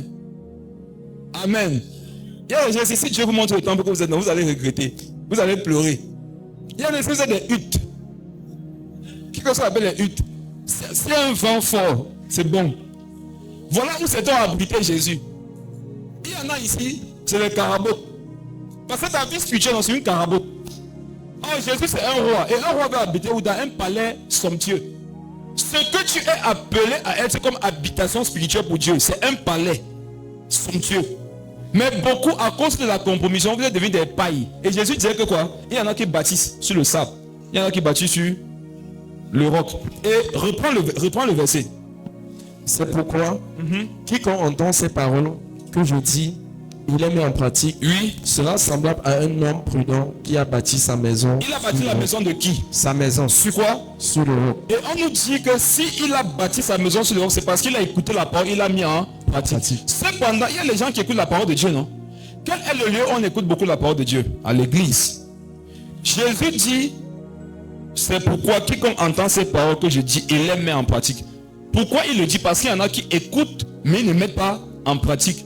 Donc il y a des personnes qui viennent à l'église, qui sont chrétiens, mais ne pratiquent pas le commandement. Le Seigneur dit que ceux-là ne sont pas en train de bâtir sur le roc. Amen. Lis la suite. On va voir quelque chose. La pluie est tombée. La pluie est tombée. Ça, ce sont les tumultes, les persécutions, les outrages, les difficultés. La pluie est tombée. Les torrents sont venus. Les vents ont soufflé. Et se sont jetés contre cette maison. Elle n'est point tombée parce qu'elle était fondée sur le roc. Amen. Amen. La Bible nous donne une prophétie ici. Je vous ai dit que les prophéties, ne soyez pas flattés parce que vous voyez dans les églises, à la télé. Soyez bibliques. Aujourd'hui, ce qu'on appelle prophétie, c'est qu'on dit à quelqu'un, lève-toi, voici ton numéro de téléphone. Voici ton père, voici ta mère. Elle habite là-bas à Kamna. Oh, ton père fait comme ça. On peut dire prophète, avance prophète. L'église dit qu'on est un grand prophète. Apocalypse 19, verset 10. L'esprit de prophétie, c'est quoi? Le témoignage de Jésus. Ça veut dire que quelqu'un qui est prophétique, c'est quelqu'un qui révèle Jésus. C'est quelqu'un qui a la vie de Jésus. C'est ça qu'on appelle un prophète. Un prophète, ce n'est pas donner le numéro de téléphone des gens. Ce n'est pas dire que tu viens de tel quartier. Et je suis choqué aujourd'hui. Tu vois une prédication, après on dit que prophétique time. Prophétique time, là, non, c'est qu'on donne le numéro de téléphone. Ah bon? C'est ça le prophétique. Voici une prophétie ici. Et je prophétise ça. Jésus prophétise que non. Si tu bâtis sur le roc, quel que soit ce qui se lève dans ta vie, tu ne vas pas tomber. Je prophétise donc sur toi, non? Que tu vas bâtir ta vie sur la parole de Dieu. Et quel que soit ce qui va se lever sur toi, tu ne vas jamais tomber. Au nom de Jésus. Voilà une prophétie claire et c'est biblique. Il dit parce qu'elle était bâtie sur le roc. On comprend que le secret pour ne pas tomber dans la vie, c'est fait quoi? C'est marcher selon la parole de Dieu. Amen. Qui comprend ce qu'il dit? Le secret pour ne pas tomber, c'est de marcher selon la parole de Dieu. Amen. Lis la suite. Verset 26. Mais quiconque entend ces paroles que je dis, et ne les met pas en pratique, sera semblable à un homme insensé. Un homme insensé. Oui. Qui bâti? Qui a bâti sa maison?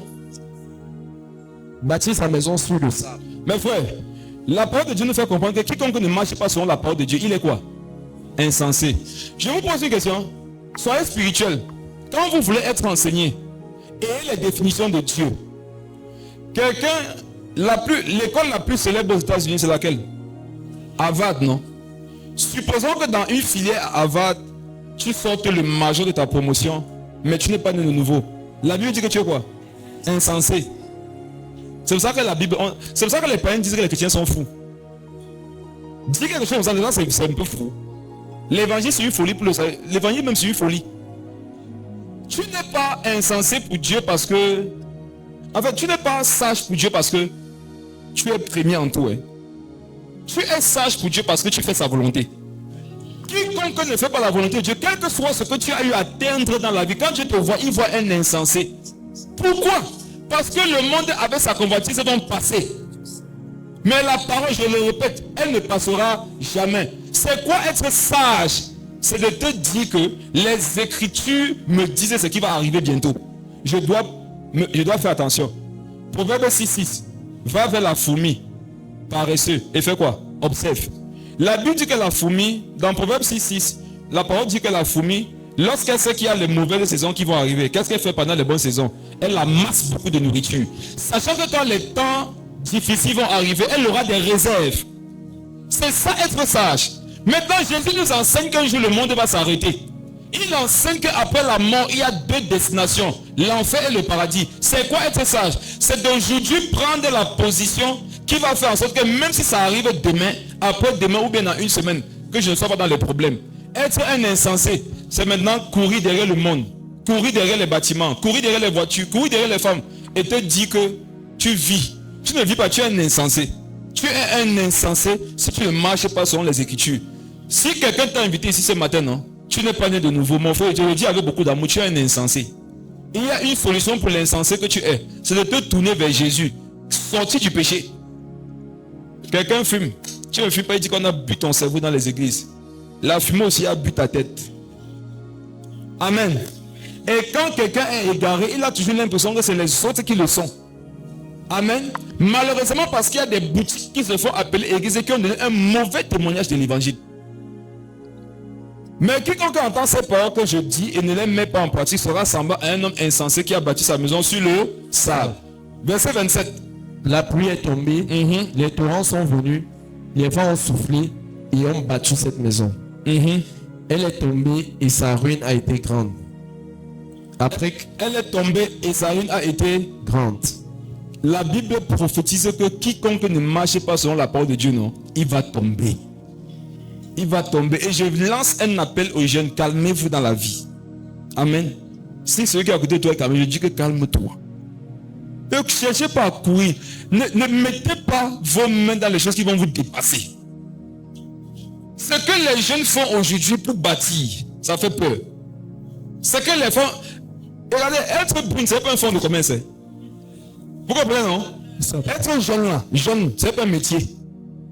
Un tel n'est pas un métier. On est dans un pays où on veut montrer aux jeunes que pour réussir vite, il faut miser sur soi. Miser sur ton teint. Miser sur ta peau. Miser sur ton iPhone. Débrouille-toi, non, achète un bon iPhone. Fais les lives TikTok. Essaie d'être léger devant les caméras. Les gens vont te contacter. C'est devenu un métier dans ces pays. Et quand tu peux faire les fouilles, non, pour voir qui sont les abonnés, les chrétiens, je vous dis, tentez de demander à certains ici quelle est ton idole. Elle a d'abord l'idole. Elle a d'abord son faux Dieu. Dieu peut lui dire que c'est qui ton idole. Elle va te citer une star du monde. Ma soeur, tu es égaré. Reviens à Jésus. L'idole, c'est un faux Dieu. Et aujourd'hui, c'est un monde normal. Aujourd'hui, on dit que chacun a son idole. Moi, il n'est pas d'idole. Il n'est qu'un seul Dieu, c'est Jésus. Il n'est pas d'idole. Il y a beaucoup d'enfants de Dieu. Ils sont là dans les églises, mais en semaine, non. En fait, elles rêvent derrière les vidéos des païens qui leur mentent sur TikTok, sur Facebook, avec les voitures des gens, avec les habits qu'elles ont prêtés, avec les filtres. Je suis choqué. Hein. Le monde est devenu tellement malhonnête que les gens ne filment, ils ne se filment même plus. Ils filment un esprit qui n'est plus eux. Quelqu'un se filme comme ça. Quand tu le vois dans la vraie vie, tu dis que non, c'est pas toi. Et là, c'est moi.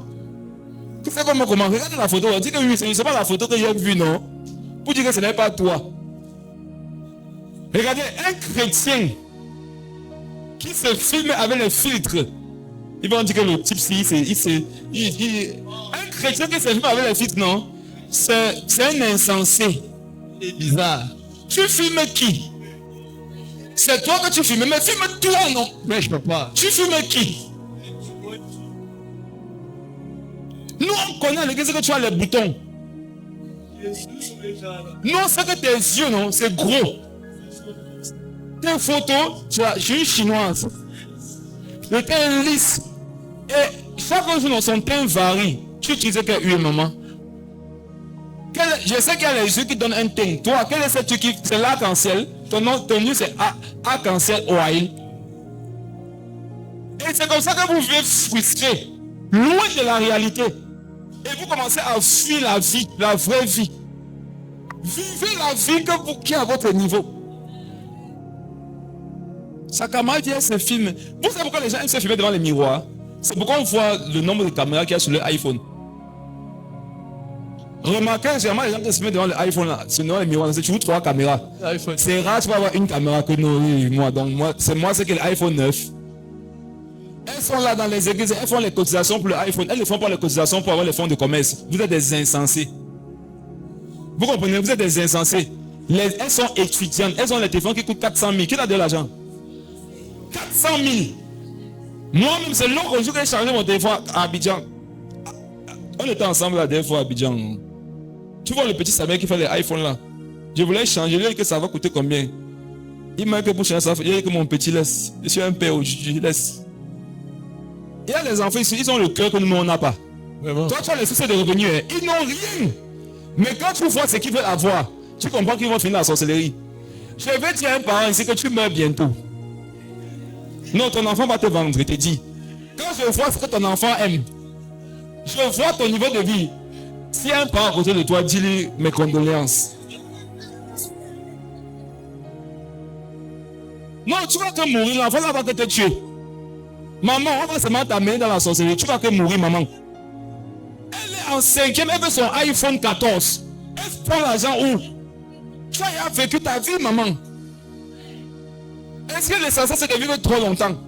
Tu m'as accouché, voilà, avant ce temps arrive. Qui vous enseigne ça, les enfants? Ce sont les réseaux, c'est la télé. Pendant ce temps, tu as combien en maths? Tu as combien en physique? En maths. Est-ce que tu sais écrire? Est-ce que tu fais la dictée? Aujourd'hui, on ne fait plus la dictée. On leur donne les textes avec les fautes. Elles ajoutent les fautes. Aujourd'hui, on donne les textes. On demande de répertorier les fautes. Elles laissent toutes les fautes. Non. Partout, les mots étaient bien orthographiés. Et ça ne va pas te changer. Amen. Vis selon le niveau que Dieu t'a donné. Amen. La Bible dit dans le livre de Timothée, je crois que la véritable richesse, c'est le contentement. Quiconque devant Dieu se contente de ce qu'il a, Dieu dit qu'il est riche. Lui, si tes moyens te permettent de boire le tapioca, non? En buvant ton tapioca, honnêtement, Dieu dit que cet homme est riche. Et ne soyez pas frustrés, frère. Non, ne soyez pas frustrés. On n'est pas venus ensemble. On ne va pas partir ensemble. Je sais que tu fais quoi pour avoir l'argent là? Elles sont là, elles traumatisent nos enfants dans les universités, à l'école. Elles sont là, chaque jour, elles changent les chaussures. Escarpes. Toi, tu as trouvé ta ballerine de 3000 qui date de l'année des temps coloniaux. Et chaque jour, elles te font des remarques pour te pousser dans leur style de vie. C'est qu'il dit que ma pasteur, c'est toujours ça. Chaque jour, la même chaussure. Quand on te dit ça longtemps, à un moment donné, il y a une pensée diabolique qui va te dire que fais tout pour changer de chaussure. Oh, tu vas aller changer par le moyen normal qui te demande à tes parents. Ton père va te dire que ma fille, je n'ai pas. Satan va te dire que ok, toi et moi, nous savons qu'il faut absolument que tu changes de chaussure. Oh, ton père n'a pas. Trouvons une solution. Quelle solution? Quelle solution? Un gars là qui t'écrivait depuis, tu ne te répondais pas, non? Depuis que tu m'écrivais, tu veux me dire quoi même? Tu veux me dire quoi même? Alors que même dans la tête, elle est à tomber. Enfant de Dieu, ne soyez pas frustré dans la vie. Amen. La vie d'un homme ne dépend pas de ses biens futurs dans l'abondance. Amen. La vie d'un homme dépend de Dieu. Si tu as Jésus, tu as la vie. Laissez ça, frère et soeur. Vous pensez aujourd'hui on porte un peu la veste. On porte avant. Question. Et c'est que tu vas voir ça que le père s'il change la veste jusqu'à. Il peut changer par la veste. Il peut j'avais 2 t-shirts que maman Laetitia avait acheté. Le t-shirt coûtait 100 francs. Quand tu me vois au Bénin, non, c'était fort. Qui a connu le t-shirt? Vous dénoncez le président, non?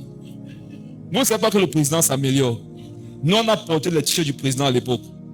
Quand tu l'avais, tu ne devais pas faire comme ça. Là. Quand tu fais comme ça, là, ça changeait le modèle. Le t-shirt que moi j'ai porté avant, c'était le t-shirt quand tu l'avais, non? Il ne fallait pas presser fort. Parce que si tu presses fort, ça va faire les traces. Si ça fait les traces, tu es obligé de... Oh, chaque fois que tu fais ça, ça augmente. Tu achètes ton habit, c'est taille M. Prochain lavage, c'est XL. Prochain lavage, c'est XXL. J'en avais 2. Quand il portait comme ça, moi, je me disais que non, ouais, la vie me montre petit. Moi, je me disais que oui. Les gens ont dit qu'ils vont marcher. J'ai dit qu'ils vont aussi marcher. Parce que j'étais bien dans ma famille. À cause de l'évangile, j'ai tout perdu. Mais j'ai dit que si c'est ça le prix à payer pour ma foi, j'accepte tout perdre, mais je ne veux pas perdre Jésus. Il y a un temps pour chaque chose. Amen. Tu es élève, on attend le nôtre. Amen. Maman, il veut la chaussure. Est-ce que vous savez que les enfants aujourd'hui, ils veulent les chaussures, mais quand ils disent qu'ils veulent les chaussures, ils veulent des marques. Amen. Ils veulent des marques. Depuis que la chicotte a quitté l'éducation, les parents sont en train de perdre les enfants. Et qui vous a dit c'est la télé? Que non, ne faites pas l'enfant. Si vous faites l'enfant va plus m'aimer, ne m'aime plus. Qui t'a dit que le programme c'était que tu m'aimes? Le programme c'est que tu réussisses. Amen. Vous pensez que tout ce que Dieu fait avec nous, c'est pour qu'on l'aime? Et les choses que Jésus fait dans ta vie, c'est parce qu'il veut te sauver. Amen. Prends ça comme tu veux, non? Il va te sauver.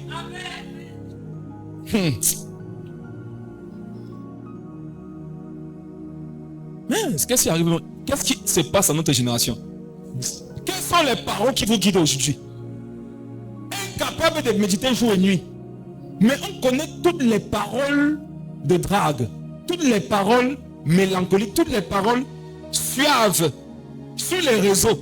Je vous donne un conseil, vous qui avez les enfants qui ont le téléphone là, suivez-les, vous serez surpris. Suivez-les.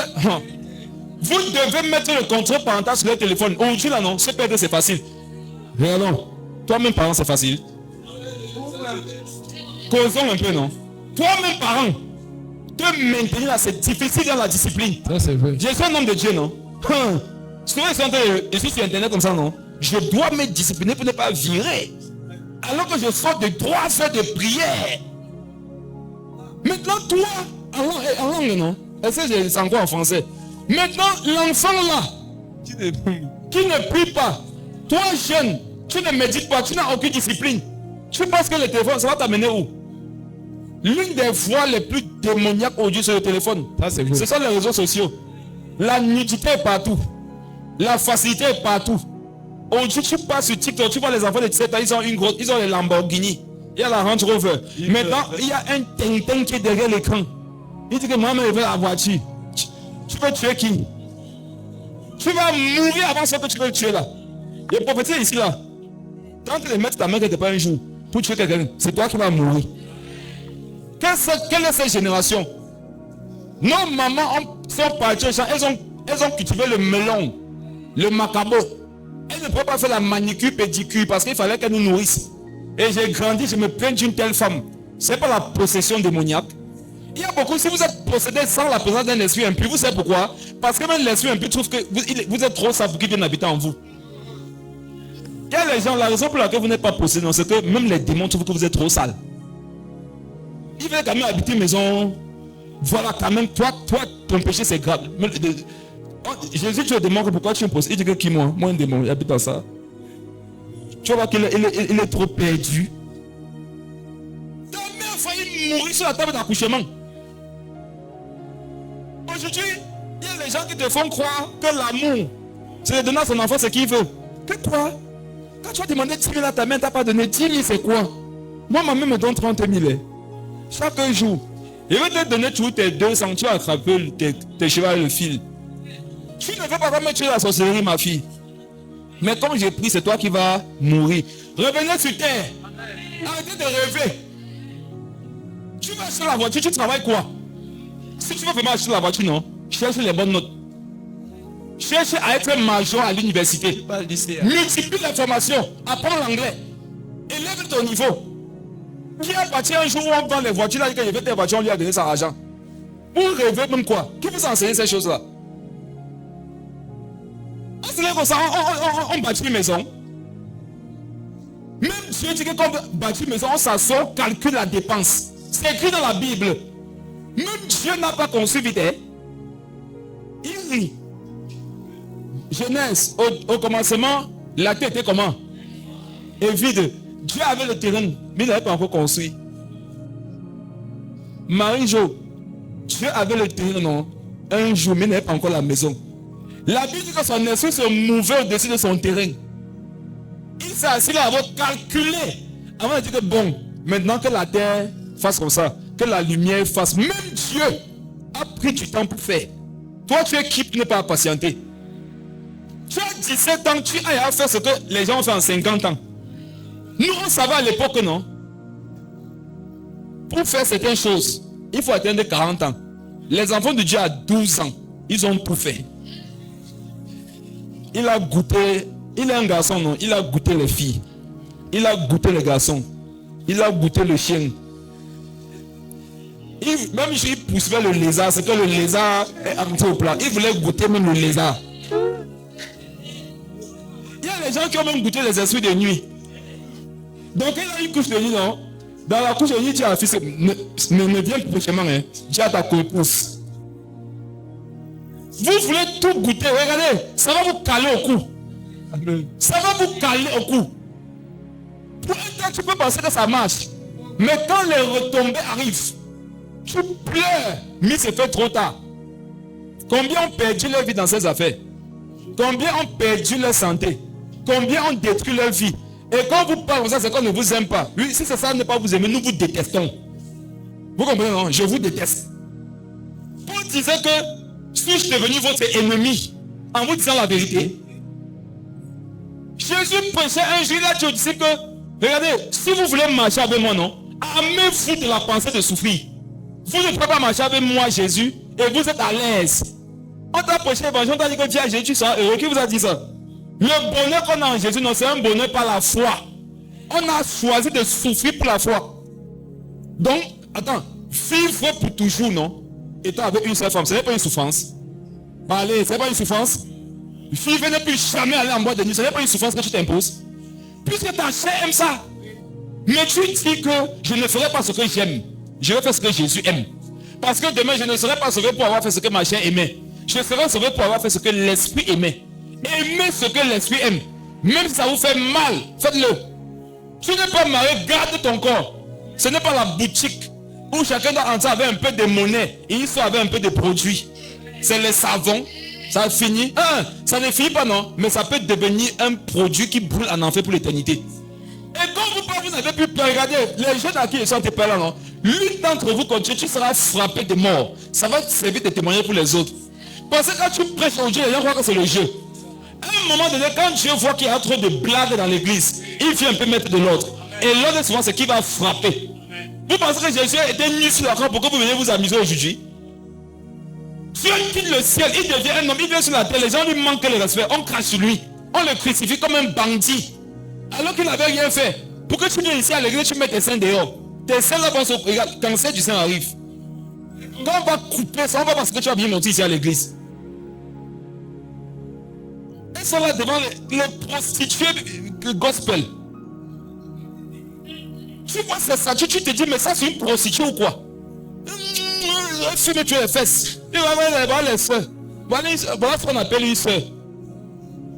On n'a jamais vu, tu as fait un statut, tu étais en train de prier. L'onction qui de ta prière, ça a touché ceux qui n'avaient pas à prier. C'est tout quand tu es au restaurant. Tout quand tu as serré tes fesses. C'est quand tu as filtré ta face. Quand tu étais une japonaise. En fait, tu crois qu'elle montre sa soeur qui est en Europe alors que c'est elle-même.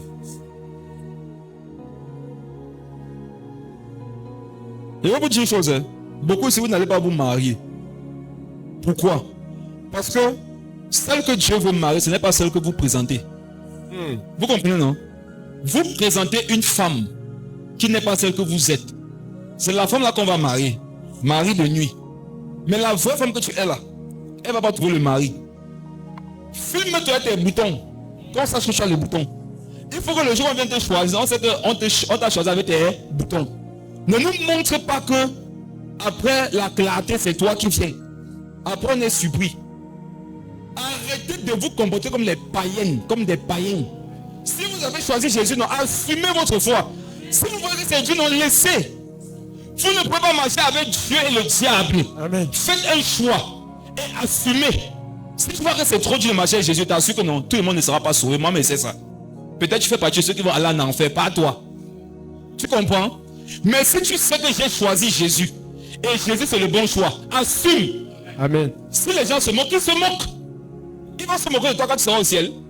Si les gens trouvent que c'est être bête, avec toutes les filles qu'il y a dans le monde là, toi tu pars dans les églises, tu ne profites pas, tu ne couches pas à gauche et à droite. On dit que tu n'es pas normal. Avec tous les bières là, tu ne bois pas ta part. Pour boire quand? Celui qui boit, meurt. Celui qui ne boit pas, mais il part où après? Continue la chanson, non? Celui qui boit, il meurt. Tu ne bois pas, tu meurs. Mais tu pars où après? Amen. C'est la destination qui doit te donner de réfléchir. Moi, ma paix, Dieu ne sait que je sais que c'est qui la terre aujourd'hui. Je m'en vais au ciel. Pourquoi? Parce que Jésus m'a dit que ma parole dit que. Je précise bien que ce que tu fais là, la parole de Dieu ne le soutient pas. C'est un chemin de mort que tu as choisi. Soutiens tout ce que tu fais par la parole de Dieu. Et comment tu pourras soutenir ce que tu fais par la parole de Dieu si tu n'as pas de vie de méditation? Il y en a ici, vous ne méditez pas, vous êtes derrière les films pornographiques. Après, c'est que ça lui demande pardon. Un film pornographique va te donner envie de faire quoi? De te masturber, non? De chercher une fille, non? Il y en a comme ça. Vous les avez hébergés chez vous. Il a regardé les films pornographiques. Ça l'a pris. Qui était disponible à la maison? Ta fille de 10 ans. Il garde l'enfant. Je vous dis que c'est monnaie courante aujourd'hui. L'enfant appelle. Écoutez-moi. Tu as remarqué que ton frère est venu vivre avec vous. Ton adolescente l'appelle toujours tonton Georges. Un jour tu entends, tu l'appelles que Georges. Amen. Dis à ta fille que pourquoi tu l'appelles que tonton Georges que tonton. Elle va dire que est-ce que ce qui se passe entre lui et moi, ça va se passer avec tonton? Beaucoup ont gâté les enfants des gens. Il a les films pornographiques. Après, il voit l'enfant disant, ça chauffe, il faut comment? Il faut que ça se refroidisse. Il prend l'enfant. L'enfant pleure. On dit que qu'est-ce qui se passe, c'est tonton. On parle de putain, il a gâté l'enfant. Et beaucoup de femmes qui n'arrivent pas à coucher aujourd'hui, c'est parce qu'elles ont subi des abus lorsqu'elles étaient petites. Ça a détruit leur cycle reproducteur. Depuis qu'elles étaient petites. Beaucoup, elles ne savent pas que c'est dû à ça, mais c'est à cause de ça. Elles n'arrivent pas à coucher parce qu'on a des dons, elle les a gâtés. Et beaucoup, pendant cette partie-là, on leur donne des esprits impurs. J'ai plusieurs fois parlé avec le prophète Baptiste avec les homosexuels. Plusieurs disent que c'est la même procédure. Quand ils étaient petits, on a abusé d'eux. Il y a un qui a pleuré là-bas comme un enfant, presque 50 ans. Il me dit qu'il est chrétien, il dit que tu n'es jamais chrétien. Je dis que tu n'as jamais rencontré Jésus. Tu ne peux pas être enfant de Dieu et homosexuel. Il dit que c'est le voisin qui avait abusé de lui quand il était petit. Et du coup, lui-même, quand il a grandi, il ne savait pas pourquoi. Quand il voit les petits garçons, il voulait aussi abuser d'eux. C'est comme ça qu'il a commencé. Plusieurs, c'est la même chose. Elles sont là aujourd'hui, surtout les petites filles là. Elles n'ont pas peur. Les enfants de Dieu sont courageux. Il y a les enfants que nous, on avait peur de partir alors qu'on avait la barbe. Tu vois où les enfants de Dieu entrent sans trembler. Tu dis oui mon fils. Tu es un garçon. Si on me donnait ton courage ici dans les choses de Dieu, non, c'est qu'il ressuscite les morts. Changez votre courage là, non, pour vous sanctifier. Vous allez faire des exploits. Prenez votre gros cœur là pour étudier. Vous aurez les grosses notes comme votre gros cœur. Gros cœur, grosses notes. Dis à ton voisin que soutiens ta vie par la parole de Dieu.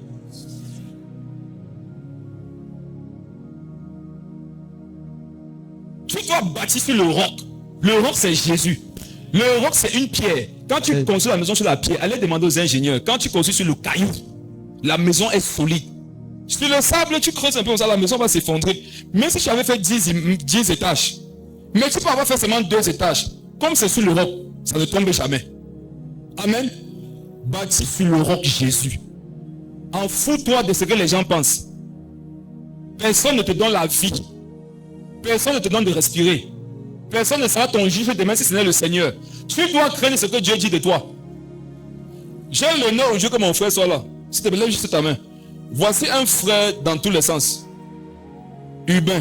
On a travaillé ensemble à la falaise. C'est un enfant de Dieu. Qu'est-ce qu'il n'a pas subi comme accusation là-bas? Qu'est-ce que moi je n'ai pas subi comme accusation là-bas? Mais vous savez quoi? Quand les accusations viennent dans vos vies, il faudrait que ça vous trouve innocent. Amen. Quand ça te trouve innocent, Dieu va toujours te justifier. Amen. Regardez, on a travaillé dans un endroit où le péché est là comme ça. Là. Tu peux pécher, non, tu vas pécher. Moi, particulièrement dans mon service, non, c'était les moqueries tout le temps, c'était les mépris, les insultes. Mais les gens ne savaient pas qu'ils étaient là-bas parce qu'ils voulaient me sanctifier. Si on voulait la vie là, non, c'est que c'est depuis longtemps qu'on était dedans. Vous comprenez? C'est sûrement parce qu'on a refusé de marcher avec le diable. Quand on s'est retrouvé à travailler un jour comme tant quelque part, il y en a, vous refusez le chemin que je veux pour vous, vous voulez aller vite. Moi, j'avais une bonne vie, j'avais une bonne famille. Hein. Mais à cause de l'évangile, un jour, je devais marcher sur ça parce qu'on n'était plus d'accord avec ma vie de foi. C'est comme ça que j'ai commencé à me débrouiller. J'ai tout fait au Dieu avant de me retrouver aussi un jour là-bas, dans cet hôtel-là. Où les gens se moquaient. Les gens se moquaient, ils croyaient que tu étais là pour l'argent. On n'était pas là pour l'argent. On était là justement parce qu'on a compris qu'il n'y a plus que l'argent, il y a Jésus. Et quand le temps est venu, Dieu va te faire passer à autre chose. Mais frères et sœurs, je suis le chemin, je disais Jésus, le chemin, la vérité, la vie. Marcher avec Jésus, c'est bâti sur le roc. C'est faire les choses selon la parole. C'est ce qui doit te préoccuper tous les jours de ta vie. Une copine vient te dire que, oh, moi j'ai mon gars, c'est le dernier iPhone 17 qu'il m'a offert. Dis que ma fille, ou bien ma soeur, voici tu mon même choron comme ça sur le réseau. Oui. Vous pensez, quand Dieu va payer la paix sur le iPhone là, quand Dieu va t'appeler, t'as payé la paix dans le cœur. Amen. Il y en a non, vous savez le iPhone 17 non, mais votre cœur, c'est la tête de cochon, écran jaune coquille. Quel est le téléphone là? Pourquoi? Parce que ton cœur est impur. Il y en a dans les mains non, ils ont l'écran coquille, mais dans leur cœur, c'est le iPhone 100 millions. Ça existe déjà. Pourquoi? Parce que c'est une communion avec Dieu. Quelle est la plus grande richesse qui existe sur cette terre, c'est Jésus? Si vous connaissez quelque chose qui a plus de valeur que Jésus, les gens ont des choses du monde et ils se vantent à côté de vous qui avez Jésus, vous laissez.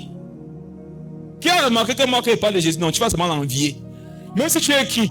Je souffre. Tu vas me dire que tu sais quoi? C'est quoi que tu as la voiture? La voiture c'est le fer. Avec la peinture, c'est tout. Laisse ça. Tu as l'argent. L'argent c'est le papier, non? Et les couleurs qu'on a dessinées sur ça. Avec un chiffre, c'est fini, hein? Mais Jésus, non? Jésus c'est la vie.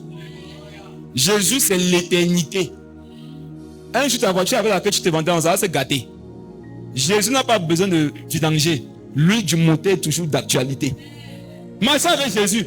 La tête haute. N'ayez pas honte de lui. Je m'adresse aux jeunes. Si qui vous êtes à l'école, si qui vous êtes à l'université, si qui vous êtes à voler de service, quand on dit que pourquoi tu ne fais pas ça, dis que parce que je suis un enfant de Dieu. Et un enfant, je ne fais pas ces choses. Affirmez vos oppositions. C'est ce que parfois Dieu attend pour vous élever. Ne vous cachez pas. Si on sait que je suis une chrétienne, on va commencer à me persécuter. Mais c'est une grâce. Tu penses que c'est donné à n'importe qui d'être persécuté pour le nom de Jésus? Ce n'est pas dans n'importe qui. Et Jésus attend qu'on te persécute pour son nom, pour commencer à se glorifier dans ta vie. Lis le verset 28. Matthieu. Après que Jésus eut achevé ses discours, la foule fut frappée de sa doctrine, car il enseignait comme ayant autorité et non pas comme le scribe. Il enseignait comme qui? Ayant autorité. Pas comme qui? Pas comme les scribes. Les scribes enseignaient sur les choses de la terre. Rappelez-vous, Jésus disait qu'il partait de maison en maison, cherchant qui dévorait. Il n'enseigne pas sur les choses du ciel. Lorsque tu écoutes un homme de Dieu qui ne te pousse pas à aspirer au ciel, ne l'écoute plus. Tu vas dans une église, on ne te pousse pas à aspirer au ciel, ne va plus là-bas. Si c'est avec quoi tu sors quand tu es parti à l'église, c'est l'envie d'acheter une voiture, l'envie de te marier. Si c'est seulement avec ça que tu es sorti, ne pas plus là-bas. Ces choses-là ne sont pas mauvaises. Mais chaque fois que tu parles à l'église, tu dois te rappeler qu'un jour, Jésus va revenir. Comme je suis en train de quitter la terre ici pour mourir un jour, je vais me retrouver devant Dieu, je vais rendre compte. Tu dois ressortir de l'église sachant que le style de vie que j'ai ici doit changer. Tu ne vas pas venir t'associer à ton péché, tu sois à l'aise avec ça. C'est que tu n'étais pas à l'église. Parce que dans la présence de Dieu, il y a ce qu'on appelle la conviction du péché. Tu ne peux pas communier avec Dieu, il ne met pas le doigt sur ta vie qui est ténébreuse. Étant donné qu'il est la lumière là va luire sur les ténèbres là. Il y a beaucoup, si vous devez sortir une bonne fois pour tout de tout péché, va nettoyer ton téléphone, va nettoyer ton ordinateur. Arrête avec ces relations qui ne glorifient pas le Seigneur. Oh papa, il va se convertir, il ne va pas se convertir. Il aime Dieu, il n'aime pas Dieu. S'il aimait Dieu, il ne veut pas te déshabiller. Il n'aime pas Dieu. Jésus a dit que celui qui m'aime garde mes commandements. Dieu ne dit pas que tu l'aimes parce que tu le lui dis. Dieu sait que tu l'aimes parce que tu pratiques sa parole. Prenons rapidement notre passage. Jean le chapitre 9.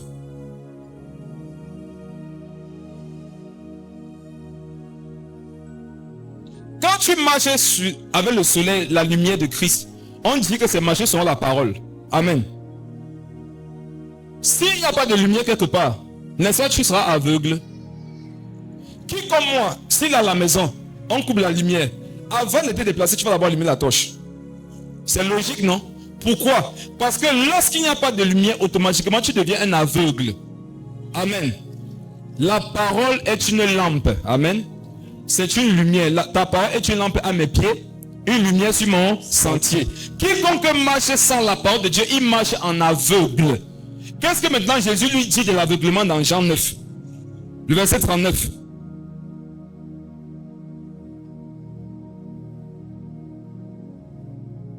Jean 9, 39. Puis Jésus dit, je suis venu dans ce monde pour un jugement, pour que ceux qui ne voient point voient, et que ceux qui voient deviennent aveugles. Wow, continue. Quelques pharisiens qui étaient avec lui, ayant entendu ces paroles, lui dit, nous aussi sommes-nous aveugles? Jésus leur répondit, si vous étiez aveugles, vous n'auriez pas de péché. C'est fort ça. Mais maintenant, vous dites, nous voyons. C'est pour cela que votre péché subsiste. Écoutez bien, hein? C'est très pertinent. Et c'est très prophétique. Jésus dit, je suis venu dans le monde pour un jugement. C'est quel jugement? Je lis le jugement. Verset 39. Pour que ceux qui voient ne voient point voient. Et que ceux qui voient deviennent aveugles. Continue. Jésus dit que je suis venu avec un jugement. C'est pour que ceux qui voient deviennent aveugles. Et pour que ceux qui sont aveugles commencent à voir. Qu'est-ce que les pharisiens disent? Ils ont compris son message. Quelques pharisiens qui étaient avec lui, ayant entendu ces paroles, lui dit, nous aussi sommes-nous aveugles?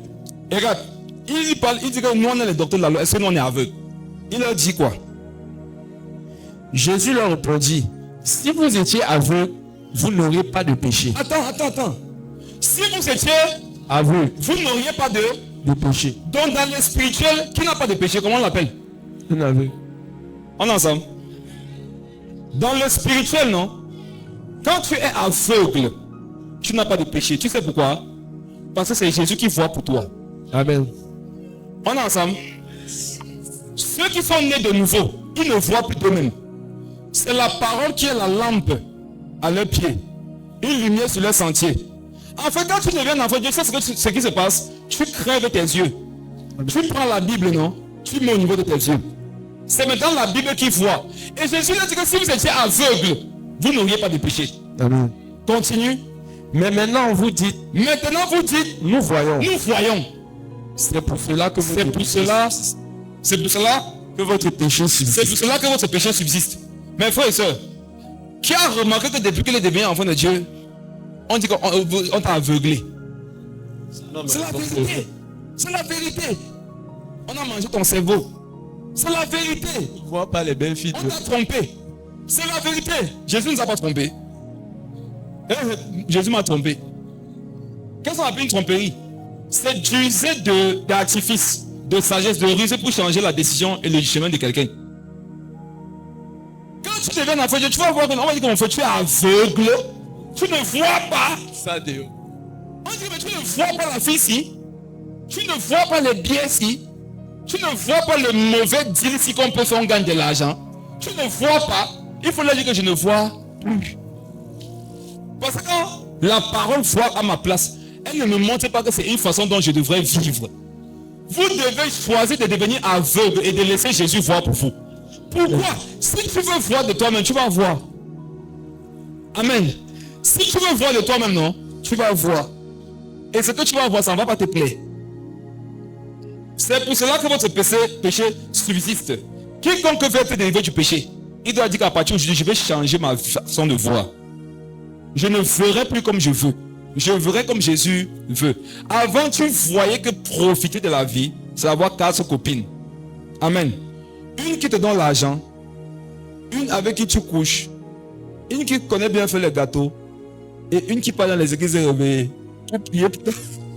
Amen. Parmi les 4, il y a ton intercesseur. Amen. Avant, tu voyais de toi-même. Tu voyais que si je suis fort à l'école, mon voisin ne connaît pas, je peux l'aider. Ce n'est pas l'aide, c'est la mort. Tu es un chrétien en composition. Ton camarade te demande, Dieu avec beaucoup d'amour, il faut étudier tes leçons. Tu vois la haine que ça va faire contre toi, non? Ça va faire qu'il ne va jamais t'appeler pour aller pécher avec toi. Pourquoi vos amis païens veulent toujours marcher avec vous? Parce que vous n'êtes pas bizarre. Vous êtes toujours dans la dilution, dans la compromission. Vous faites toujours comme si... Prenez position. Dis que quand j'étudiais la nuit, tu faisais quoi? Parlez fort pour que le suivant comprenne. Si le suivant dit que c'est pas Dieu que monsieur demandait lui. Il faut... Mais frère, Dieu m'a enseigné que non. Une technique après la conversion, pour ne pas avoir le problème de séduction avec les anciens compagnons, non, sois radical. Eux-mêmes, ils vont te chasser. Et c'est tant mieux. Parce que si tu n'es pas radical, ils vont souvent te proposer l'ancienne vie. Et tu risques de tomber. Moi qui va encore m'appeler, mes amis d'avant, qui? Pour m'appeler, il faut seulement que toi, tu sois enfant de Dieu. On va refaire quoi ensemble? Amen. Tes compagnies, moi, ça me choque. Je suis un peu dérangé. Lorsque je vois ceux avec qui tu marches, disant que tu es un enfant de Dieu. Ça veut dire quoi? Ça veut dire quoi? Donc on est enfant de Dieu, on ne va plus marcher avec les gens. Non, dis à ton voisin que non, on marche. Essaye de dire que tu ne marches pas. Marche, maman. Il faut marcher. Je ne t'ai pas aimé de sortir du monde. Est-ce que tu vas plus t'asseoir sur le banc de corps parce que ton camarade est païen? C'est pas ce qu'il dit. Est-ce que tu vas plus honorer tes parents parce qu'ils ne sont pas encore enfants de Dieu? C'est pas ce qu'il dit. Mais il dit avoir des relations confidentes. Une chrétienne, sa confidente, c'est une païenne. Elle va te conseiller quoi? Quand tu vas dire que je me sens un peu stressé seul, elle va me cherche une compagnie. Maintenant la compagnie, elle connaît le Saint-Esprit. Toi, quand les gens te disent qu'ils se sentent seuls, tu les pousses à avoir une communion avec le Saint-Esprit. Elle ne connaît pas le Saint-Esprit. Elle va te proposer qui? Normal ou non? Il y a un ami là, lui il est gentil. Et quand tu vas parler à lui, justement, tu vas dire que waouh, Ndomi il est gentil. Dans les églises. Mais frère, ça, un enfant qui n'a pas minimum bac plus 7 ne doit pas encore penser relation. Bac plus 7. Tu dois être au moins médecin après le bac. Certains non. Leur visage tu comme ça. Mais dans leur cœur, son cœur dit que aussi il y a.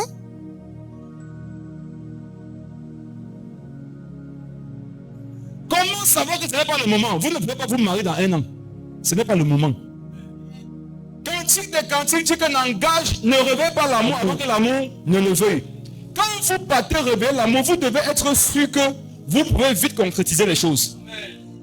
Est-ce que quand tu peux voir cette soeur, ce frère, cette fille, est-ce que là, tu peux déjà aller voir ses parents? Est-ce que tu peux aller voir le maire? Si tu ne peux pas, rester tranquille. Ce que tu vas aller engager, ça va te dépasser. Pourquoi? Comme ce n'est pas le temps, vous voudrez vous voir, non? Parler, non? Échanger. Et vous allez parler du mariage. On aura quand même un enfant. On fait l'enfant comment? Quand on aura 7 enfants, on va faire nos enfants là comment? Tu peux quoi faire? Ah bon? Après, pip. Maintenant, sans mariage, il faut d'abord tester 2 enfants. Et c'est comme ça que le mariage parfois part. Allez demander aux ceux qui ont les enfants dans le monde là. Demandez-leur comment c'est difficile d'élever les enfants seuls. Demandez-leur comment c'est difficile de trouver un frère qui va te prendre ton enfant. Maintenant, tu es là, elle pleure que moi je veux quelqu'un qui va aimer mon enfant comme son enfant. Tu as vu ça où? Je suis un enfant de Dieu, ça n'existe pas. Personne ne peut aimer l'enfant de quelqu'un comme son enfant. Arrêtez vos rêveries. Arrêtez vos fictions. Sois rempli du Saint-Esprit comme tu veux. Tu ne peux pas aimer l'enfant de quelqu'un comme ton enfant. Ton enfant reste ton enfant. Même Jésus, la Bible dit que c'est le Fils unique de Dieu. On est enfant de Dieu, non? Mais quand il s'agit de Jésus, on dit quoi? Unique. Donc il y a fils et fils. On n'est pas fils de la même façon que Jésus est. Dieu parle à Abraham, il dit prends Isaac, ton fils unique, que tu aimes. Alors que Ismaël était là. Qui se rend compte? Ismaël était déjà là. Mais comme il n'était pas dans la promesse, on dit prends ton fils, l'unique, que tu aimes. Donc on ne voyait pas Ismaël. Même Dieu ne peut pas aimer un païen comme si c'était son enfant. Il y a un amour que Dieu ne peut pas manifester pour ta vie si tu ne lui appartiens pas. Arrêtez vos affaires. Le meilleur moyen d'avoir un bon avenir, non? Ce que Dieu te demande de faire aujourd'hui, fais-le. Amen. C'est la meilleure façon de garantir ton avenir. Regardez, non? Aujourd'hui, décidez d'être aveugle. Amen. Acceptez que vous ne comprenez pas comment la vie fonctionne. Jésus va vous aider à comprendre d'après sa parole. Parce que le monde t'a montré comment il pense que le monde doit fonctionner. Or, ce n'est pas la façon dont Dieu veut que le monde fonctionne. C'est normal pour ce monde que tu pêches. Pour Dieu, c'est anormal. Et tu dois prendre des décisions radicales pour ta vie. Oh, si on pouvait faire un tour en enfer avec une caméra, on interviewe un peu les gens. Je vous assure, enlever quelqu'un en enfer, menez-le sur la terre. Même s'il est le dernier de toute l'humanité, non? Ça ne va rien lui dire. Il va seulement dire que mon frère, moi non, tout ce qui m'importe, c'est de marcher avec Jésus. Parce que ce que j'ai goûté là-bas me donne de comprendre qu'il n'y a rien sur la terre ici. Il n'y a rien sur la terre. Ne prenez jamais un acquis ou une possession comme étant ce qui va vous donner l'assurance de vivre en paix. Non. Que ta paix soit en Jésus. Manque de certaines choses, mais ne manque pas de Jésus. Matthieu 15, rapidement. Matthieu 15.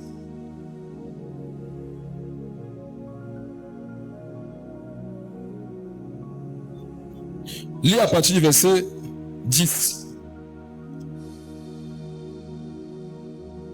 Ayant appelé à lui la foule, il lui dit, écoutez et comprenez. Ce n'est pas ce qui entre dans la bouche qui souille l'homme, mais c'est ce qui sort de la bouche. C'est ce qui souille l'homme. Continue. Alors ses disciples s'approchèrent et lui dirent, sais-tu que les pharisiens ont été scandalisés des paroles qu'ils ont entendues? Il répondit, toute plante que n'a pas planté mon Père céleste sera déracinée. Jésus prêche la parole et quelle est la réaction des pharisiens? Scandalisé. Parlez fort. Scandalisé. Parlez fort. Scandalisé. Ils sont scandalisés. Chaque fois que quelqu'un est scandalisé par le fait que tu marches avec Dieu, il faut comprendre que c'est qui?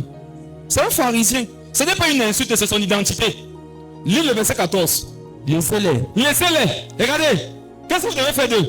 Laissez-les. Qu'est-ce que vous devez faire? Laissez. Tes camarades de classe se moquent de toi parce que tu marches avec Jésus. Tu dois faire quoi? Laisse-les. Tes collègues de service disent qu'ils ne marchent plus avec toi. Vous avez le chemin. Laisse-les. Si Jésus dit que laissez-les, c'est parce qu'il y en a, non? Quand on est scandalisé par l'esprit de vie, il veut s'accrocher. Jésus te dit quoi? Laisse-les. Et quand Jésus te demande de laisser quelque chose, non? C'est pour que tu arrêtes une autre chose.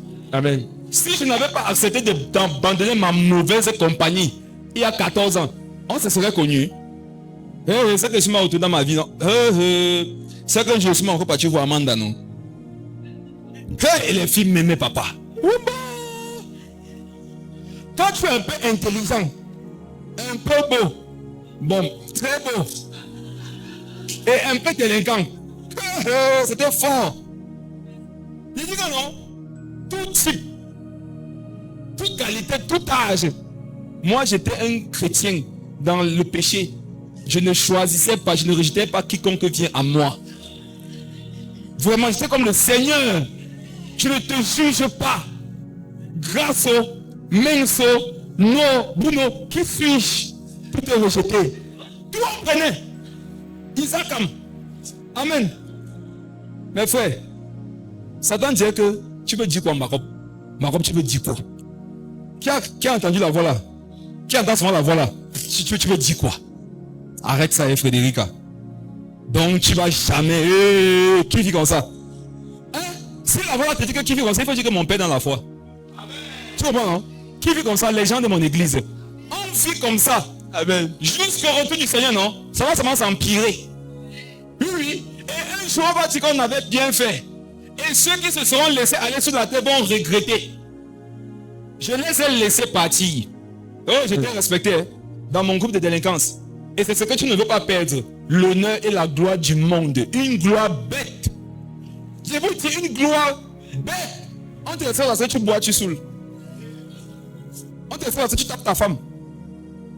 Tu avais les faux amis comme ça. Tu dis que ma femme a manqué le c'est que tu as fait quoi? Tu as fait quoi? Il dit non, je vais compter, non, tu comptes quoi? Non, Normo, tu allumes, non? Voilà Normo qui rentre maintenant. Normo était lui un homme doux. Il piège sa femme, non? Dès qu'elle fait comme bah!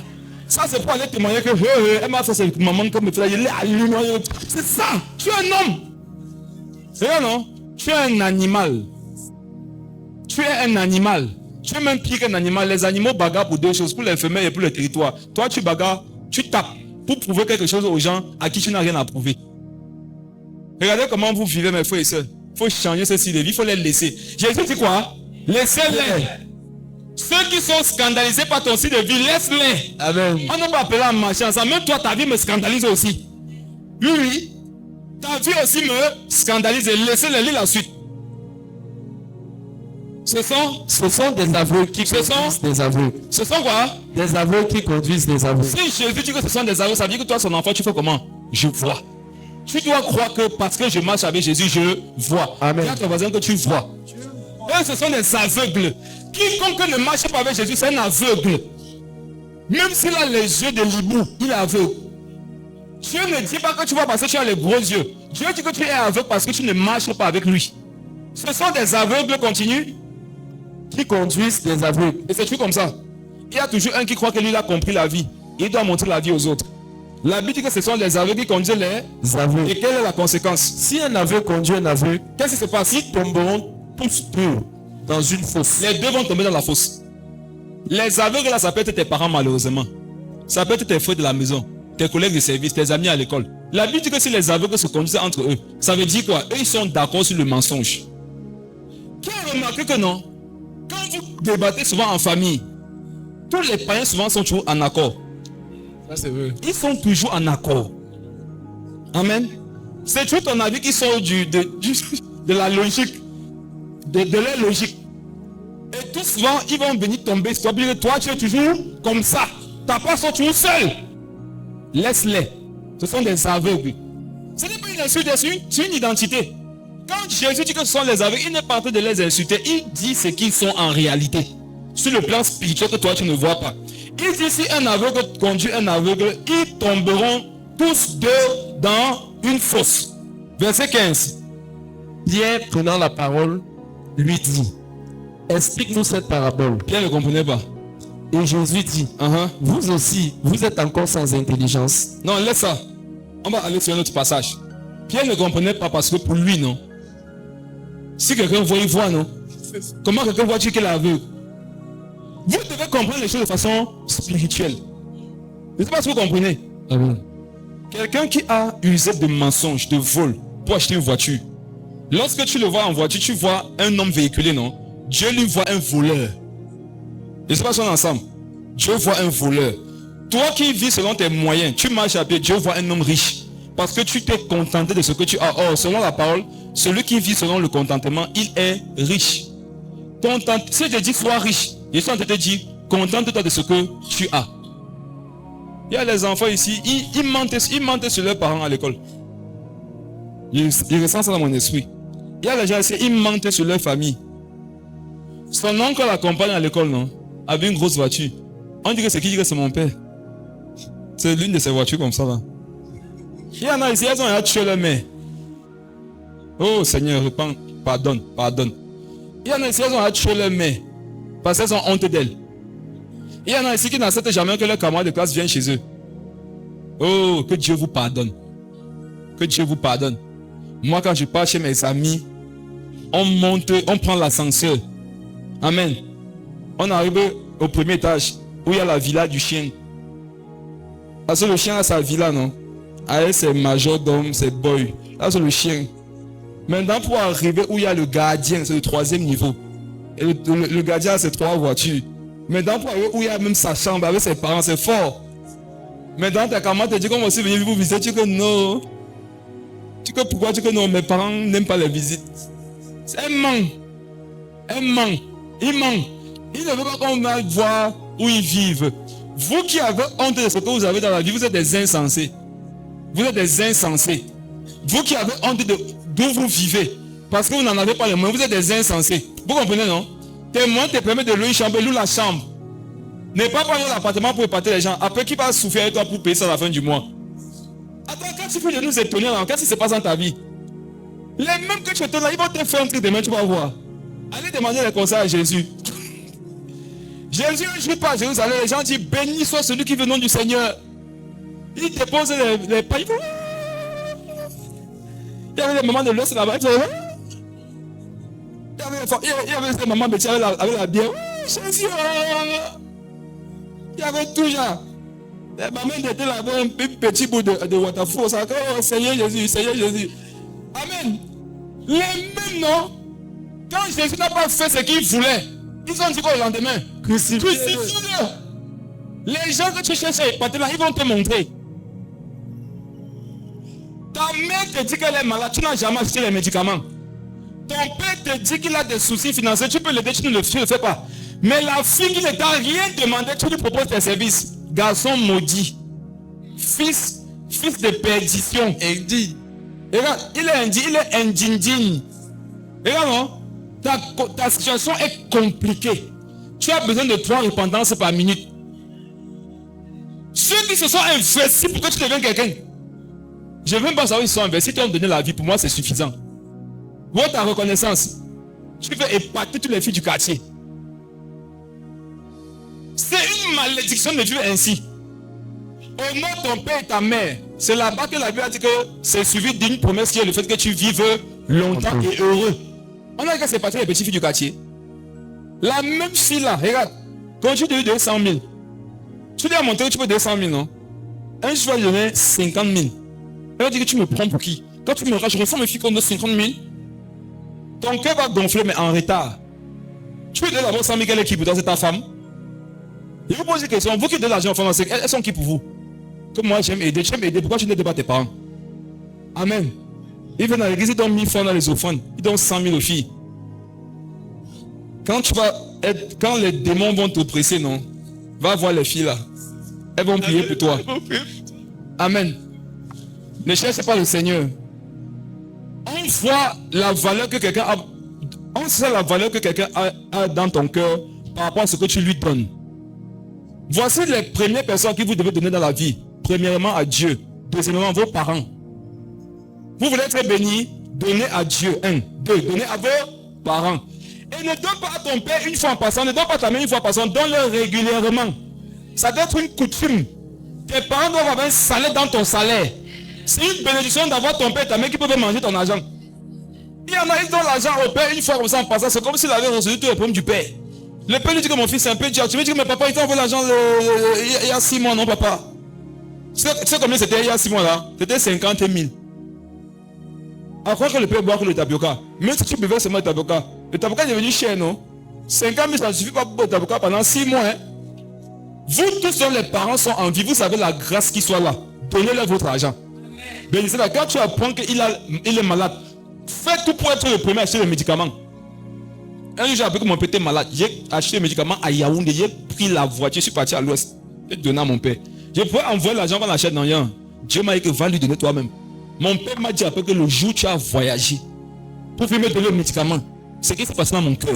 Mon fils, je ne peux pas t'expliquer. Voilà ce qu'on appelle la bénédiction. La bénédiction n'est pas le fait que ton père te dit que je te bénis. La bénédiction, c'est que ton père ressent pour toi. On ne bénit pas par les paroles. La parole bénit lorsqu'elle est la manifestation du ressenti à l'intérieur du cœur. Vous comprenez? Il faut réjouir le cœur de ton père et de ta mère.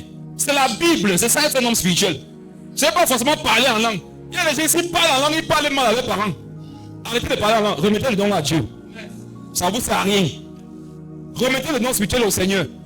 On doit voir ta spiritualité, non? Dans ta relation avec Dieu, ta relation avec tes parents, avec tes frères.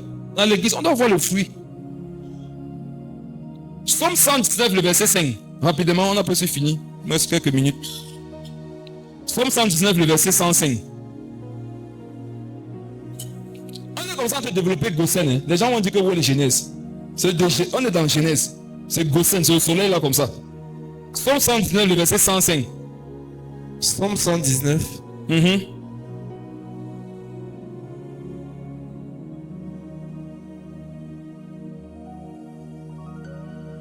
Verset 105. Ta parole est une lampe à mes pieds et une lumière sur mon sentier. Reprends ça.